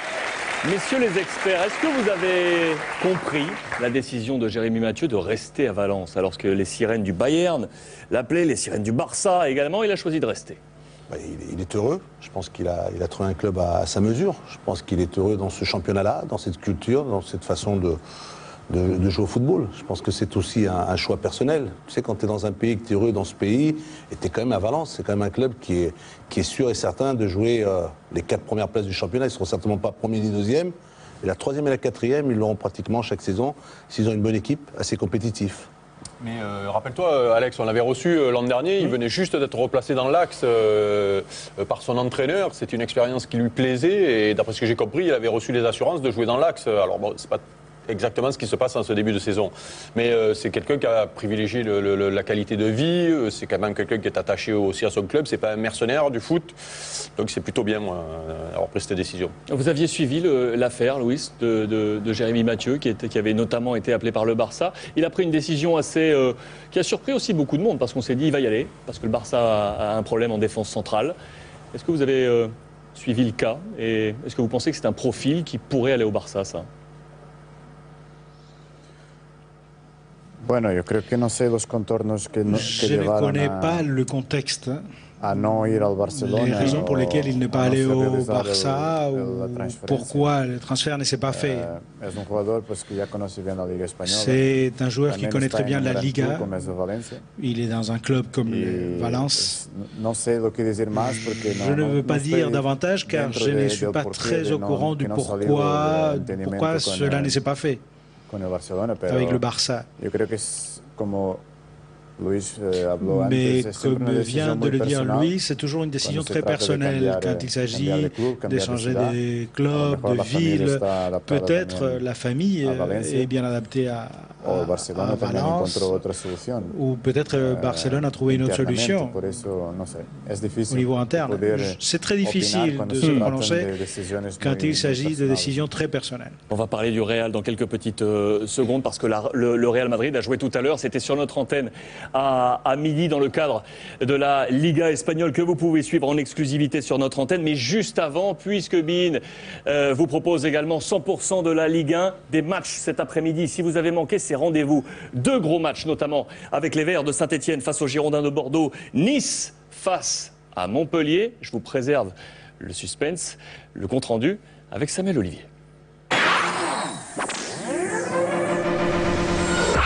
Dans un chaudron toujours bouillant et avec bientôt de nouveaux ingrédients, Johan Molo et Mevlut Erding, Christophe Galtier devait face à Bordeaux trouver la bonne recette après l'élimination en Europa League. Amouma est aligné à la pointe de l'attaque en l'absence de Brandao. Et voilà un choix judicieux puisque c'est précisément Amouma qui est à la réception d'un centre de Nikolica. 8 minutes de jeu seulement et déjà les Stéphanois ouvrent la marque. Amouma est décidément en grande forme. Son coup franc est dévié par Cornier et c'est Loïc Perrin qui profite de l'apathie de la défense bordelaise. 2-0 après 50 minutes de jeu. Le but d'Aubragnac en toute fin de rencontre, aussi splendide soit-il, ne change rien à la donne. La SSE respire mieux et retrouve le haut du classement. Une nouvelle page se tourne à Nice. Après 85 années de matchs de football disputés au Ray, l'enceinte accueille pour la dernière fois une rencontre de l'OGC Nice. Et pour fêter le déménagement à l'Allianz Riviera, Claude Puel espère battre Montpellier avec un 11 de départ relativement jeune, où figure Amavi, 3e match professionnel. 17 minutes de jeu sur ce corner parfaitement frappé par Boteac. Kolodziejczak ouvre le score et inscrit son premier but en Ligue 1. Dans un match dominé par les Niçois, Montpellier réagit tout de même. Le jeune Amavi se manque complètement. Camara n'en demandait pas tant. Mais les Niçois vont rapidement reprendre l'avantage avant la pause grâce à un joli but de Valentin Esseric. En seconde période, la course-poursuite au tableau d'affichage continue. Siakatine régale les amateurs de football avec ce coup franc qui ne laisse aucune chance à Pionnier. 2 buts partout, le score n'évoluera plus. Dans un match très heurté, marqué par l'expulsion de Bakar pour cette faute sur Abriel, Nice et Montpellier se quittent finalement 2-2. Les experts, des résultats qui vous ont surpris ou pas? Des résultats qui vous ont surpris? La victoire de Saint-Etienne, quand on voit cette semaine ce qui s'est passé, même les performances des Stéphanois ces derniers temps, on pouvait être inquiet.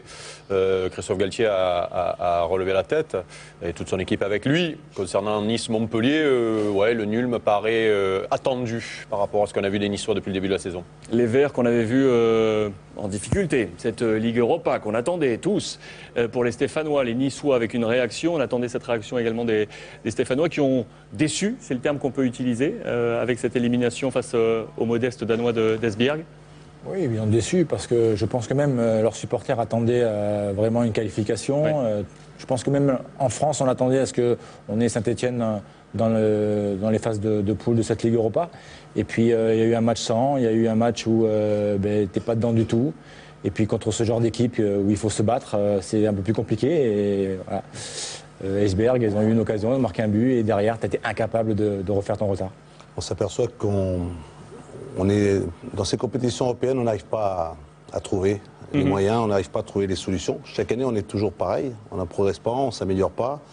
Et on a quand même un certain retard. Parce que se faire éliminer par une équipe chypriote et par une équipe danoise, là, ça me paraît quand même assez... Surtout quand on voit les classements UEFA quand même. Oui, mais ça remet un petit peu le niveau de la Ligue 1 là où il est. On s'est beaucoup enflammé depuis le début de la saison parce qu'il y a des grandes stars qui sont arrivées dans notre championnat, mais malheureusement, c'est pas le reflet du niveau réel. Et c'est surtout que les ingrédients n'y étaient pas, quoi. Je trouve qu'on peut perdre des matchs de Coupe d'Europe, mais il y a un minimum à faire qui n'a pas été fait et que les autres le font, même s'ils sont moins forts. Il y a de l'engagement, nous on n'en met pas. Et puis on n'a pas il y a peut-être un complexe de supériorité que les autres n'ont pas. Puis on n'a pas suffisamment de talent, de qualité peut-être. On a peut-être. On ne peut pas dire qu'il y avait du talent et de la qualité, Louis. Tu as de la rigueur, tu as de la discipline, tu as des clubs. Bon, ils ont un résultat favorable. Quand tu as gagné 4-3 et tu as gagné 2-0, ça te donne un avantage quand même pour mieux défendre ton résultat acquis à l'aller. Ça te donne ça. Après, il te faut du talent pour éliminer, pour marquer des buts. Tu le vois. Tu vois que tu n'as pas suffisamment ça. Il te manque cela quand même dans ce championnat quand même. En parlant de Ligue 1, vous le savez, ce soir également le match entre l'AS Monaco et l'Olympique de Marseille.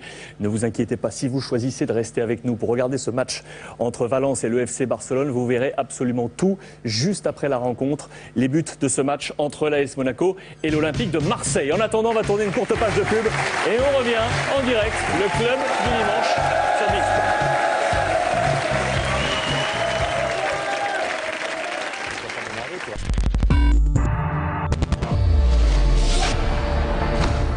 Mais enfin! Mais pourquoi tu te vexes? T'as un site internet commun? Non! Non! Non, t'en as pas! Eh ben ça veut dire quelque part que t'es pas au point au niveau technologique. C'est tout! C'est tout! Rendez-vous sur jegermesfindesmois.com, le site qui va vous aider à gérer vos fins de mois. C'est LM, le crédit responsable.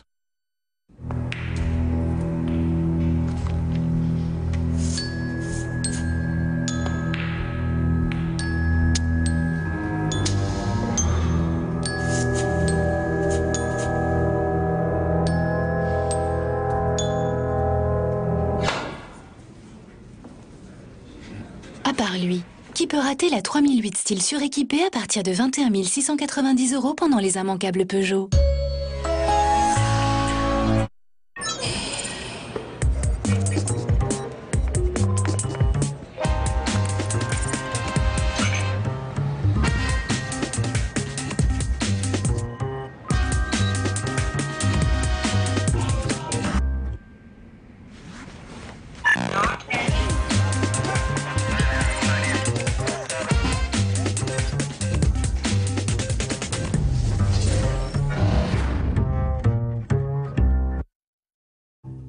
Kia lance les 7 ans d'entretien sur son nouveau monospace Kia Carens.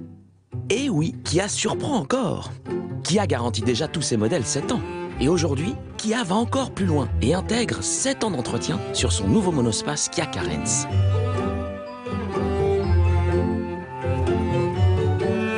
Nouveau monospace Kia Carens à partir de 16 590 €, avec 7 ans de garantie et 7 ans d'entretien inclus.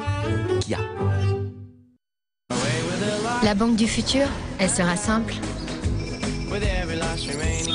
On pourra accéder sans frais à toutes ces banques en une seule interface. Vérifier d'un coup d'œil si on peut s'offrir cet appartement.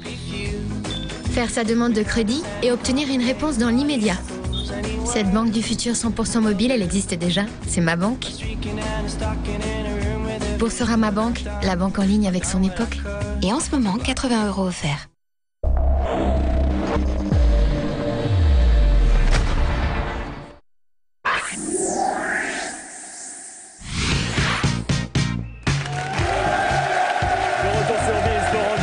Du dimanche avec messieurs les experts Eric Dimeco, Luis Fernandez, Jean-Pierre Papin, caché dans le public là-bas, monsieur Klodas Skolovic et avec nous notre grand témoin, monsieur Luis Figo.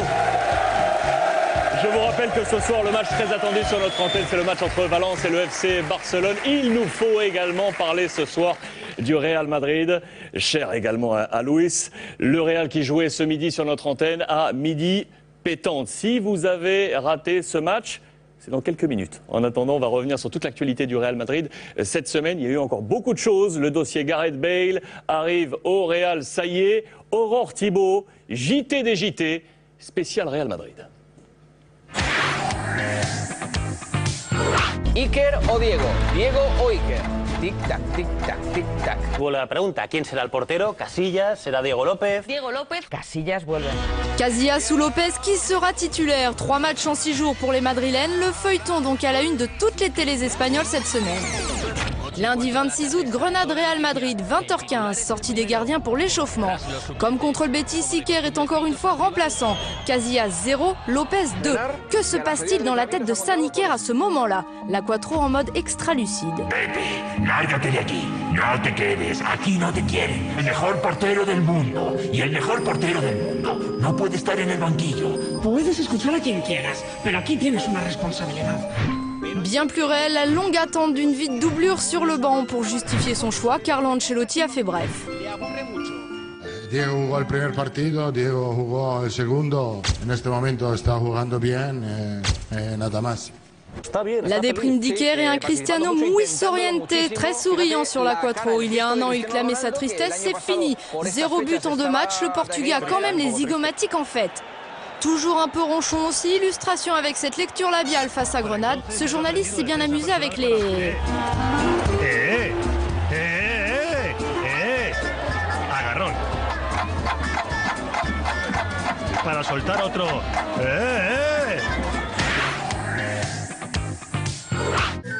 Sur la Sexta, cette question, où est Gareth Bale, si proche et si loin du Real? On l'avait quitté le week-end dernier du côté de Marbella dans l'attente d'un transfert imminent, disait-on. Mardi, retour à la case départ à Londres, mais pas avec les Spurs. Le joueur sèche l'entraînement. Autre absence remarquée sur la Sexta, jeudi à la cérémonie du joueur FIFA de l'année, celle de Cristiano Ronaldo. Pourtant, parmi les nominés, il n'assiste pas au triomphe de Franck Ribéry. Le Portugais a préféré faire le déplacement à la Corogne avec le Real pour le trophée Teresa Herrera. Et suspense. Iker est dans les buts, titulaire indiscutable des matchs amicaux. 4-0 pour Madrid, soirée tranquille à part quelques supporters drôlement accueillants.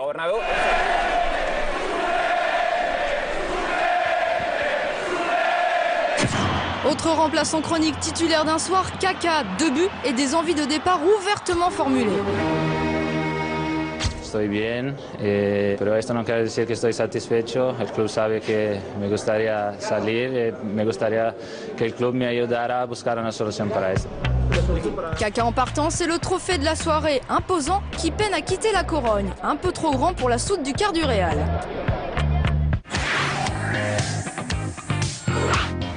Vendredi, Gareth Bale toujours en stand-by. Des semaines et des semaines que les médias espagnols ne parlent que de lui. Indice supplémentaire d'une officialisation probable. Ses avocats sont à Madrid. Certains ont donc pris de l'avance. Le maillot merengue du Gallois est déjà en vente à Gibraltar. En attendant hier, l'estrade prévue pour la présentation du joueur à Bernabéu a été démontée avant la réception de l'Athletic Bilbao. Carlo Ancelotti, prévoyant, lui a voulu éviter le sujet Bale d'entrer face à la presse. Quiero hablar de los jugadores que no están aquí hoy. Creo que será mejor hablar del partido. 10 petites minutes et ce journaliste anglais a rompu l'embargo.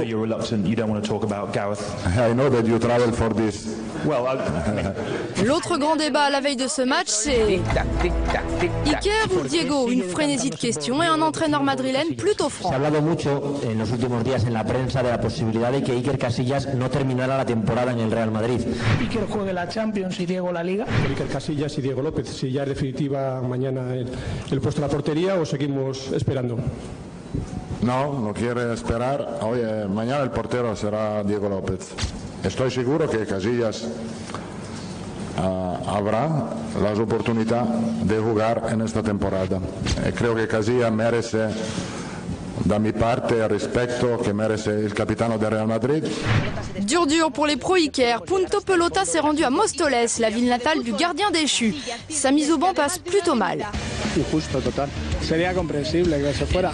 El mejor de España y el número 1. Pregúntaselo al italiano que quiere que se vaya al Barcelona. Carlo Ancelotti ne s'est donc pas fait que des amis. Et donc Carlo Ancelotti qui a choisi Diego Lopez pour défendre les buts du Real Madrid aujourd'hui face à l'Athletic Bilbao. On va voir les images dans un instant. Luis, Iker ou Diego Lopez? Et no tengo que decidir porque no soy C'est pas moi qui décide, je suis pas l'entraîneur. Bueno, es muy complicado. C'est très compliqué. Je pense que toute cette polémique no ayuda a nadie, ni a Diego, ni a Iker, ni al club. Ni Diego, ni Iker, ni les clubs. Madrid es así. Madrid, mais voilà, c'est Madrid. Diego, Iker, será si ce n'est pas avec Iker ou Diego, ce sera un autre sujet. Porque para eso es un equipo más grande del mundo, ¿no? C'est pour ça ils sont l'équipe la plus grande du monde. C'est une décision de l'entraîneur. Mais c'est une décision de l'entraîneur. Hay que respetarla. Et il faut la respecter. Si ce n'est pas une décision de l'entraîneur, là, il y a un vrai problème. Yo he vivido en el club decisiones que no eran del entrenador. Dans le club des décisions qui n'appartenaient pas à l'entraîneur. Voilà pourquoi je dis ce que je viens de dire. Voilà pourquoi je suis parti. Donc, j'espère qu'avec Iker, j'espère qu'il continuera dans le club parce que c'est le club de sa vie. Je repose la question, du coup, Luis, parce que un petit peu de Iker ou Diego Lopez? No, yo creo que Diego está haciendo fenomenal. Je pense que Diego est en train de jouer de façon fantastique depuis qu'il a commencé parce que Iker a été lésionné. Je pense qu'il fait ce qu'il faut, qu'il joue très bien. Mais Iker, c'est Iker. C'est le champion du monde, c'est le numéro 1.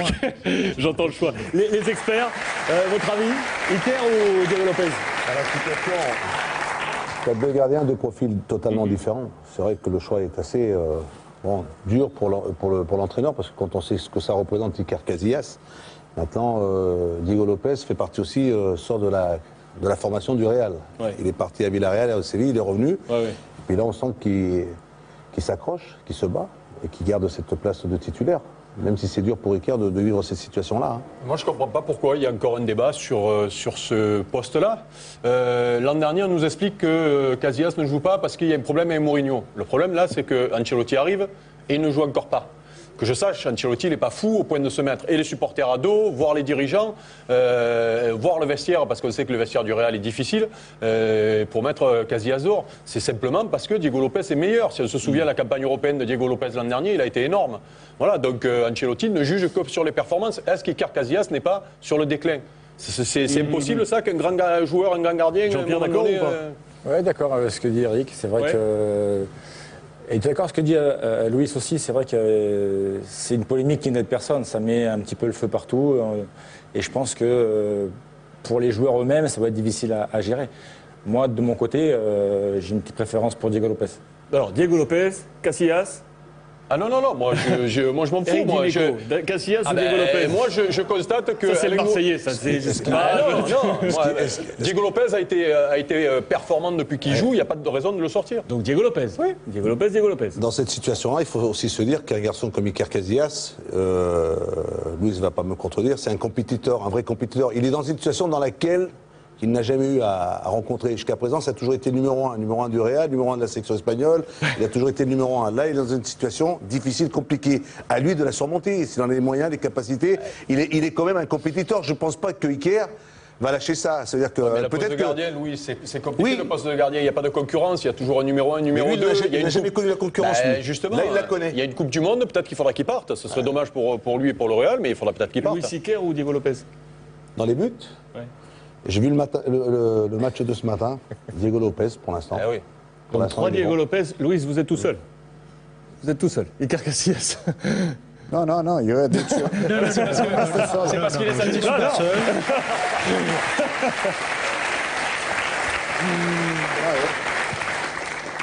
A ver, no se pueden malinterpretar mis palabras. Yo he dicho, para mí Iker Casillas es el número 1. Moi, je dis Iker Casillas, c'est le numéro 1.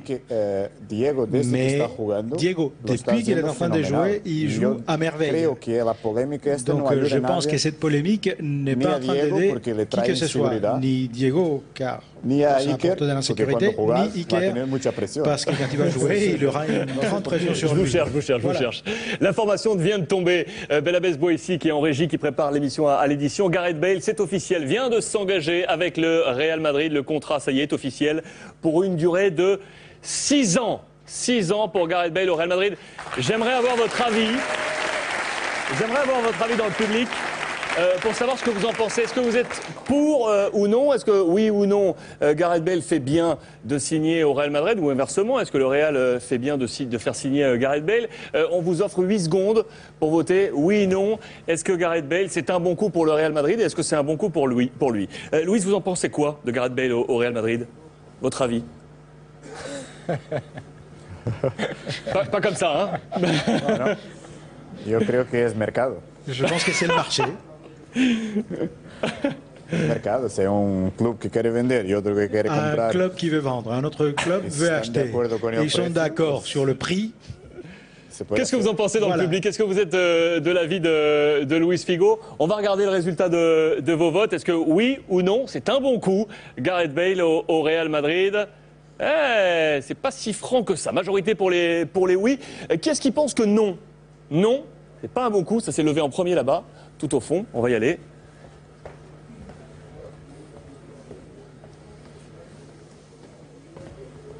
Votre prénom?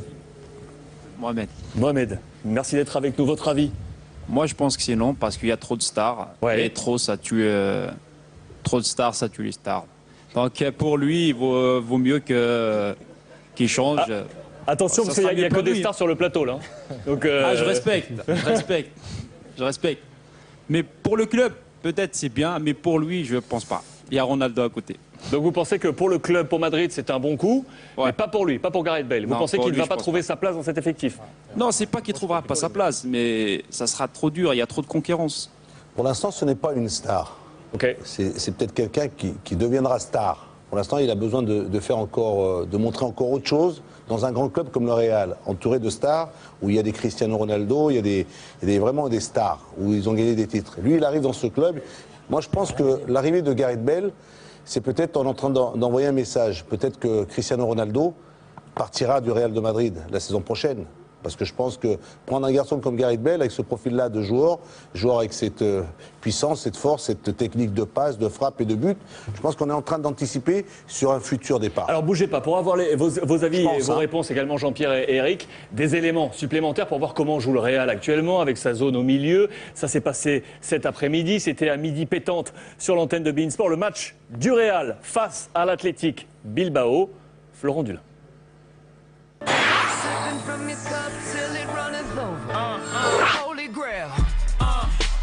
Blue told me remind you niggas. Fuck that shit y'all talking about. I'm the nigga.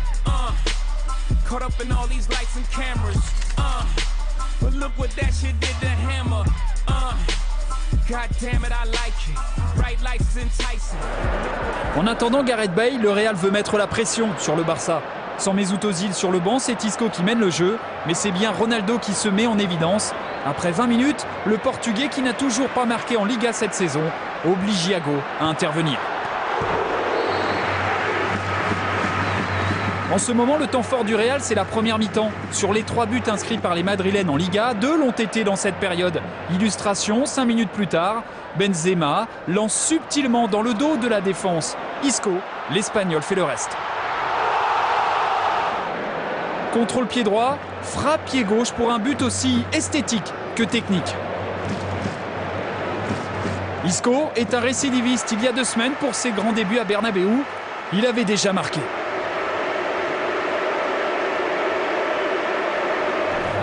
En l'absence d'Ander Herrera, courtisé par Manchester United, mais parti pour rester, c'est Beñat qui frappe les coups francs du côté de l'Athletic.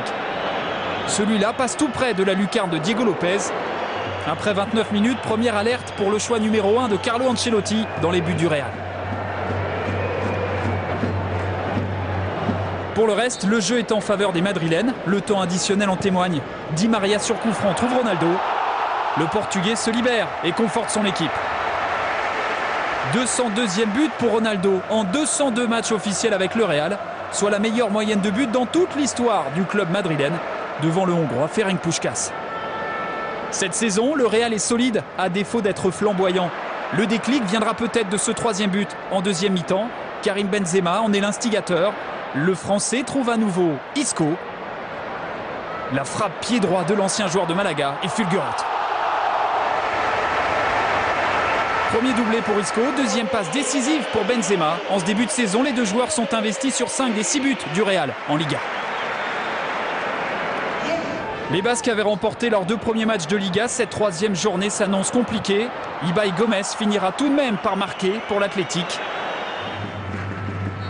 Toujours aussi convaincant, mais enfin séduisant, le Real enchaîne 3 victoires lors des 3 premières journées de Liga. Une première pour le Real depuis 4 ans.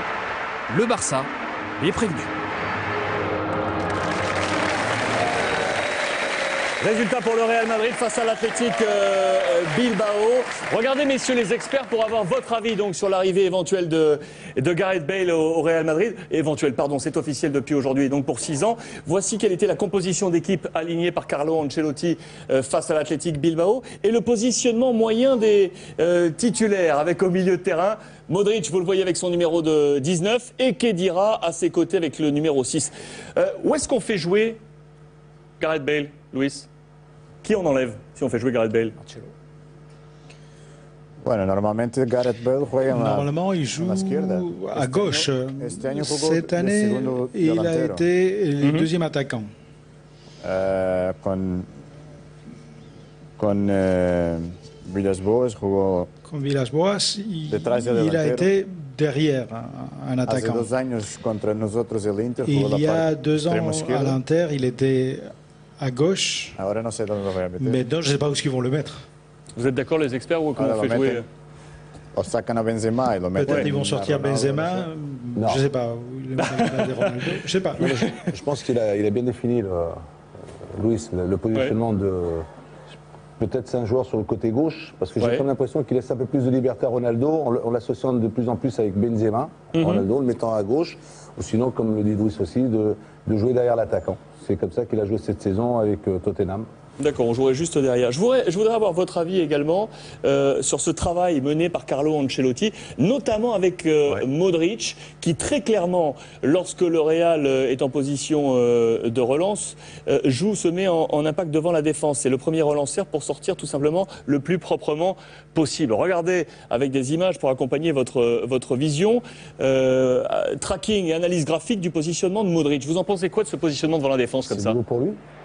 C'est plutôt un relayeur, c'est plutôt un joueur qui joue un peu plus haut dans le milieu, mais je pense que les deux, la blessure de Xabi Alonso plus du jeune, le jeune de la Real Sociedad qui a signé au Real de Madrid, font que Modric a décroché un peu, Khedira faisait sa rentrée, et il y a Casemiro aussi qui est rentré en deuxième mi-temps, mais il a été énorme Modric dans ce registre-là. Il a fait un gros match parce que techniquement c'est tout ce qu'il fait, c'est parfait. Et puis à Tottenham, il jouait dans ce registre aussi. C'est la jurisprudence Pirlo. Toutes les équipes maintenant veulent mettre je vais dire entre guillemets, un joueur technique devant la défense parce que c'est le premier relanceur. C'est difficile maintenant, les défenses sont bien organisées, bien regroupées. Et donc le garçon qui est devant la défense, c'est un joueur très important maintenant. Donc c'est pour ça que Ancelotti met ce garçon-là.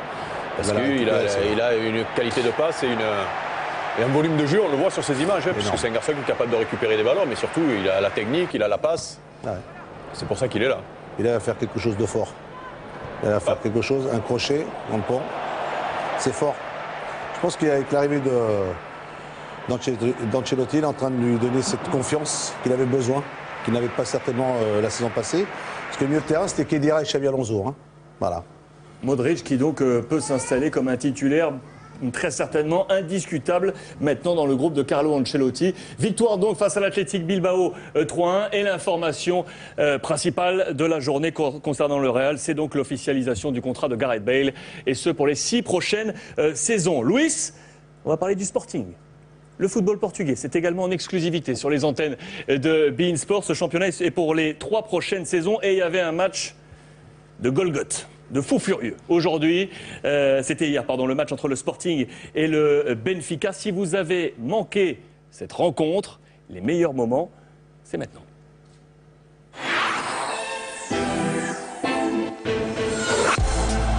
Septième du championnat l'an passé, plus mauvais résultat dans l'histoire du club. Le Sporting ne s'attendait sûrement pas à vivre un début de saison aussi euphorique. 9 buts en 2 journées, une place de leader pour un plein de confiance avant d'affronter le rival benfiquiste. Les hommes de Jorge Jesus qui eux ont encore la gueule de bois après avoir tout perdu en fin de saison dernière. Résultat, un départ poussif avec un nul et une victoire à l'arraché face à Gil Vicente. Le début de match reflète la tendance du moment. Le Sporting assiège les buts de Benfica, 5 corners en 5 minutes et déjà 2 occasions d'inscrire un but. Une pression qui se révèle finalement payante à la 10e minute.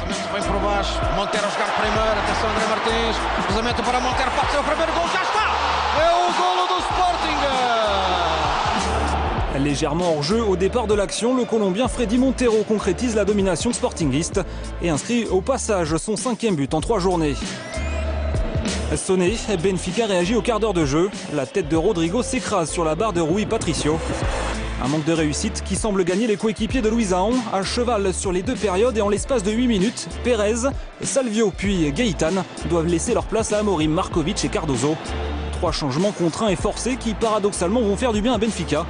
Buteur face à Gil Vicente, Markovic s'offre un premier face-à-face avec Rui Patricio. Le gardien du Sporting qui intervient ensuite face à Lima. Échéance retardée d'un quart d'heure, Markovic encore lui signe le petit bijou de la soirée. Markovic, ninguém o para, atenção Markovic e o golo! É o golo do Benfica, Markovic! Plus rien ne sera marqué dans cette rencontre malgré une fin de match à l'avantage des Lions, à l'image de ce coup franc de Montero repoussé par Arthur Moraes. Ce derby lisboète aura tenu toutes ses promesses. Il confirme aussi l'idée qu'il faudra bien compter avec le Sporting cette saison.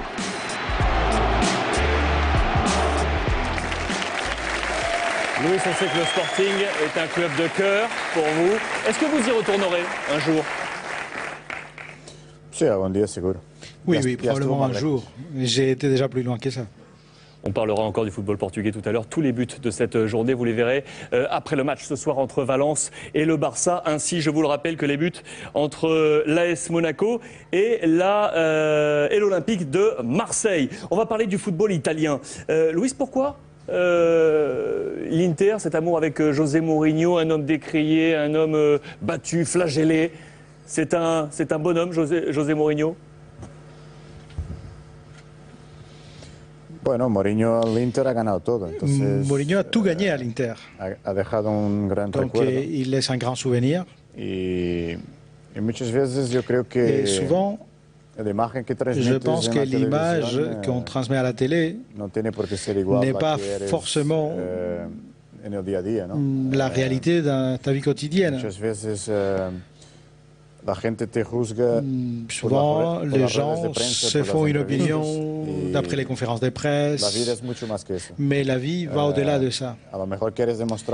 Peut-être tu veux prouver être un personnage dans ton activité professionnelle et tu ne l'es pas en dehors de ce domaine.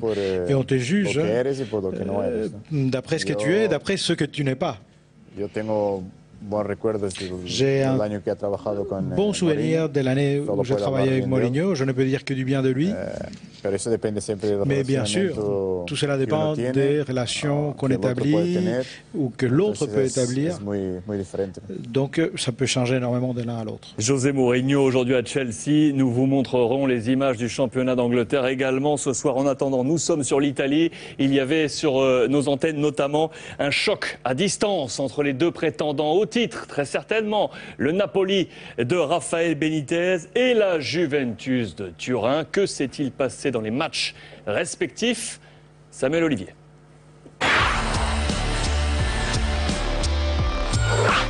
Dans ce duel à distance entre le champion en titre et son dauphin, deux hommes sont déjà au-dessus des autres.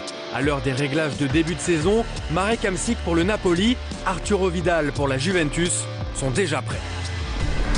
Premiers à jouer, les joueurs de Benitez sont à Vérone pour y défier le Chievo et la mise en jambe ne dure que 12 minutes.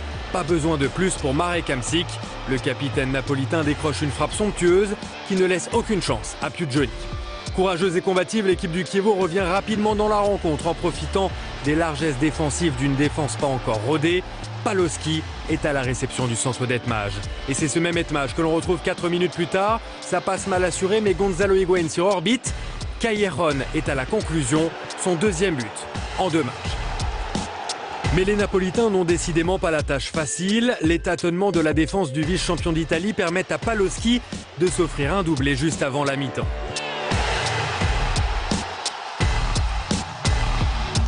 Mais il ne peut y avoir qu'un seul homme du match. Au retour des vestiaires et avec un peu de réussite suite à ce ballon taclé par l'ancien Marseillais César, Marek Hamsik punit le Chievo. Deuxième doublé en 2 matchs pour le Slovaque.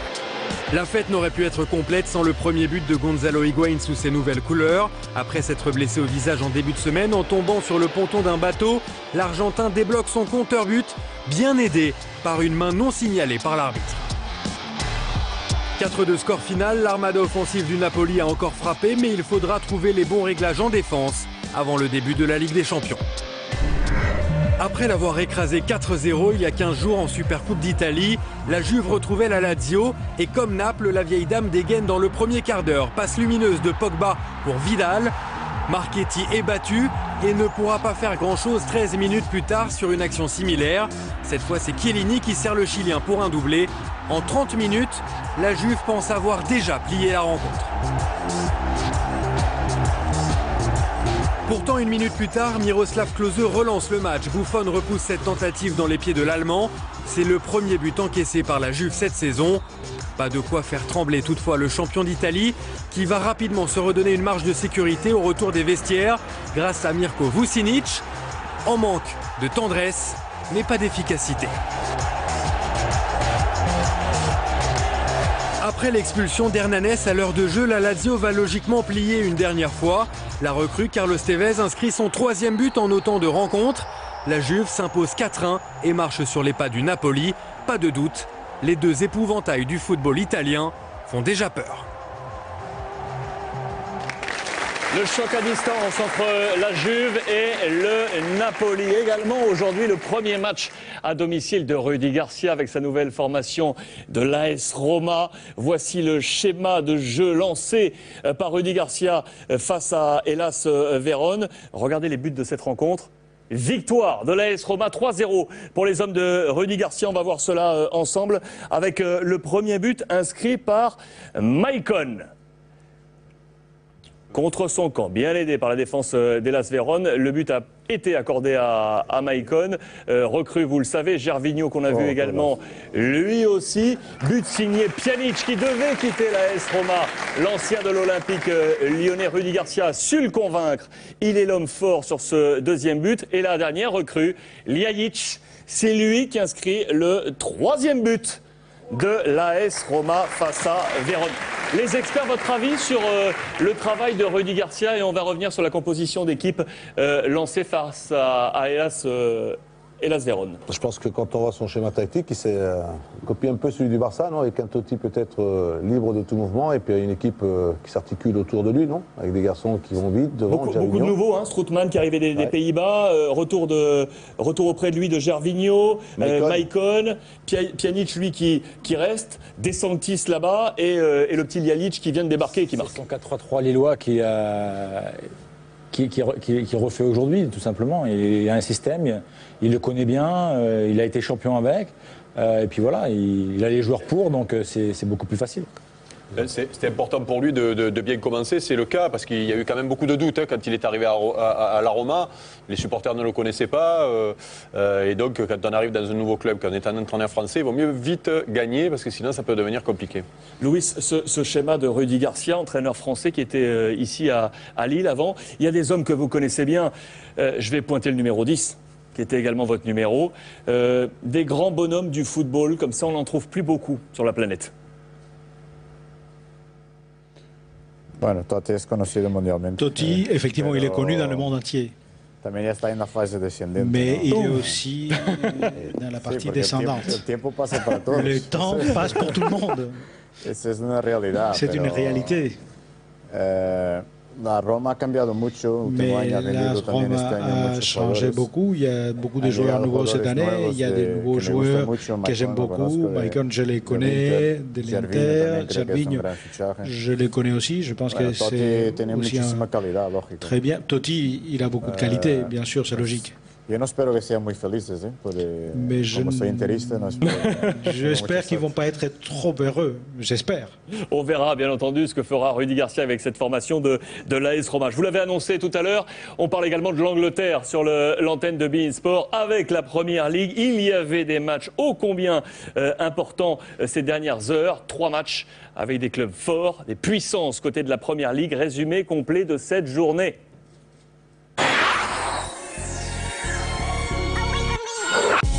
Mamadou Sakho a dû apprécier la prestation de ses futurs coéquipiers. Présent dans les tribunes d'Anfield aux côtés d'Ali Sissoko, le défenseur a assisté au 3e succès en 3 journées des Reds. Encore une fois sur le score d'1-0 et encore une fois grâce à un but de l'inévitable Daniel Sturridge. Son 5e en 4 rencontres, toutes compétitions confondues, qui plus est le jour de ses 24 ans. Inhibé ou plutôt parfaitement contenu par Liverpool, Manchester United n'a pas montré grand-chose. Seule une frappe de Nani a fait chauffer les gants de Simon Mignolet, lequel n'a toujours pas encaissé de but en Première Ligue cette saison. Sakho devra donc se faire une place dans cette défense pour l'instant imperméable. Ceci dit, cette défense n'a pas encore eu affaire à Olivier Giroud, désormais co-meilleur buteur de Première Ligue en compagnie de Sturridge et Benteke. Le Français héros du derby londonien grâce à son 3e but en championnat. L'ancien Montpellierin qui aurait même pu s'offrir un doublé si Hugo Lloris n'était pas intervenu. La mauvaise nouvelle côté français est pour Etienne Capoue. Le milieu de Tottenham touché à la cheville a dû sortir sur civière. Avec ce 2e succès en Première Ligue, les Gunners reviennent à hauteur de Manchester City 3e. De quoi redorer le blason d'Arsène Wenger auprès des fans d'Arsenal. Enfin, dans le duel des mal classés, Swansea remporte son premier succès de la saison sur la pelouse de West Bromwich.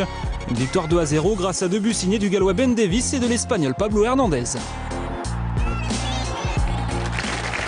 Voilà pour le point complet sur cette journée du dimanche en Angleterre. Les experts, je voulais avoir votre avis sur Mamadou Sakho. Je vous ai mis en place le système de Liverpool dans ce match aujourd'hui face à Manchester United. Est-ce que Mamadou Sakho trouverait sa place? Il y a du lourd quand même derrière, du côté de Liverpool, avec Hager et Skrtel. Je pense que là, et surtout quand tu arrives dans un club qui fait un bon début de championnat, qui démarre bien, qui commence bien, qui sont quand même leaders, qui quand même viennent de battre Manchester United sans prendre de but.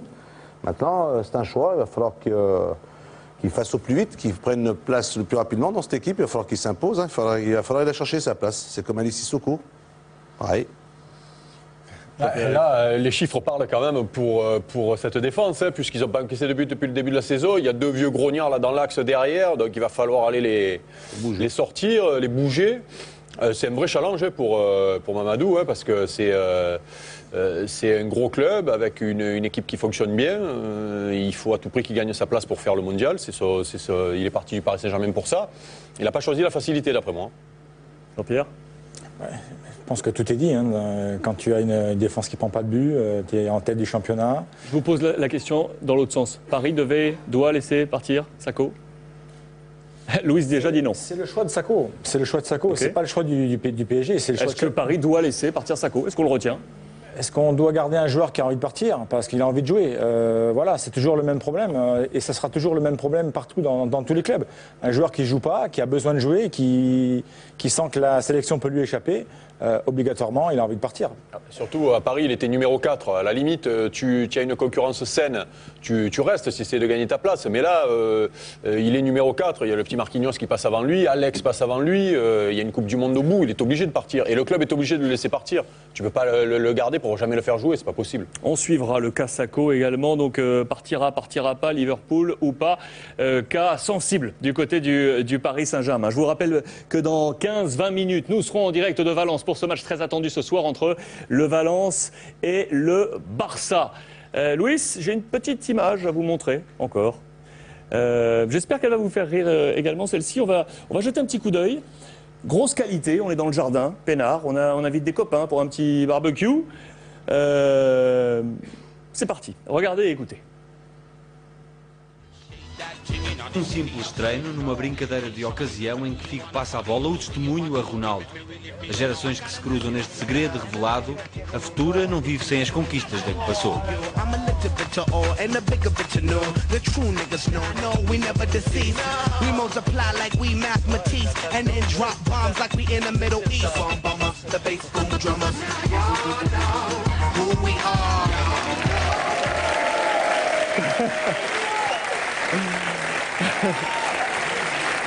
Alors Luis, on voulait voir, parce que puisque vous avez mis un petit taquet à Totti en disant qu'il était sur la phase descendante, est-ce que vous êtes sur la phase descendante au niveau des jongles? On vous propose un petit challenge, Luis. Si vous voulez bien me suivre, on va vous proposer une petite...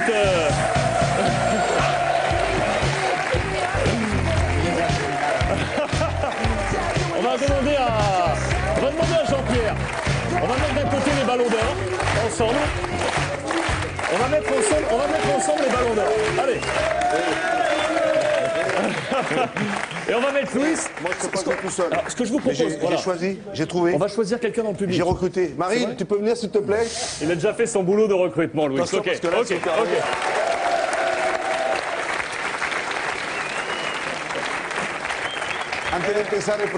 Attendez, bougez pas. Bougez pas, je vais prendre le petit micro avec Hassen. Tenez, Marine, quelques minutes.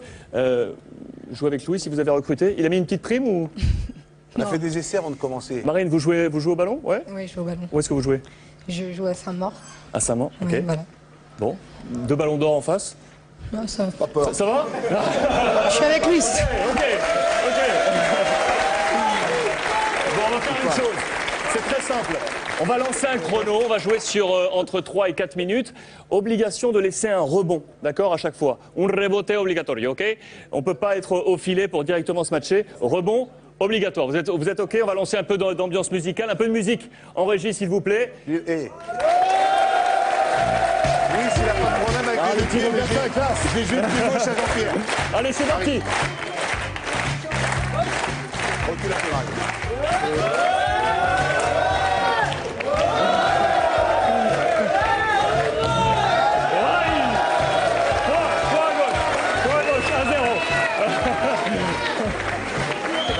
C'est pas bon de mélanger, juste pour moi, Jean-Pierre. Arrive. 1-0, allez.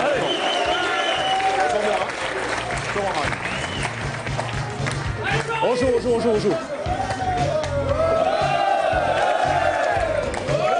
Allez, un partout. On n'a pas besoin. C'est parti.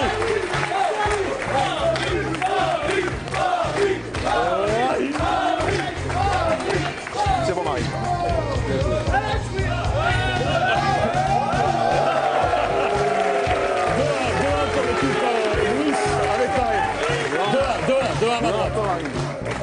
Elle est tombée par terre.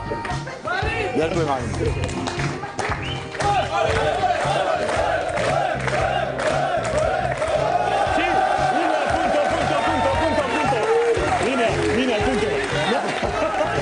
Allez, Marine. 3. Doucement. 3-2. Espacio. Fais ça avec ta tête. 3-3. Attends. Marine. Attention, Louis. Et ouais.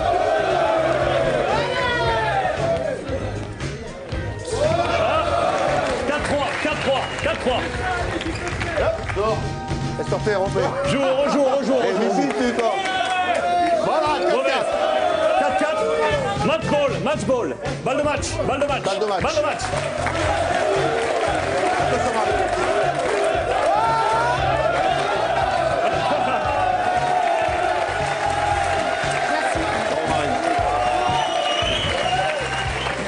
Balle de match, victoire, but temporel.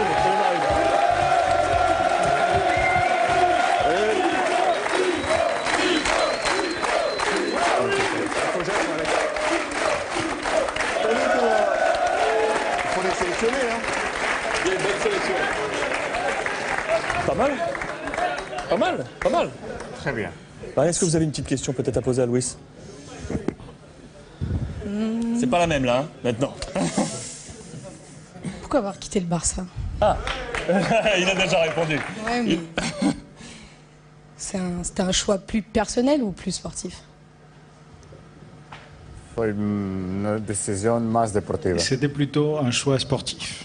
Merci en tout cas d'avoir participé à ce jeu. Merci.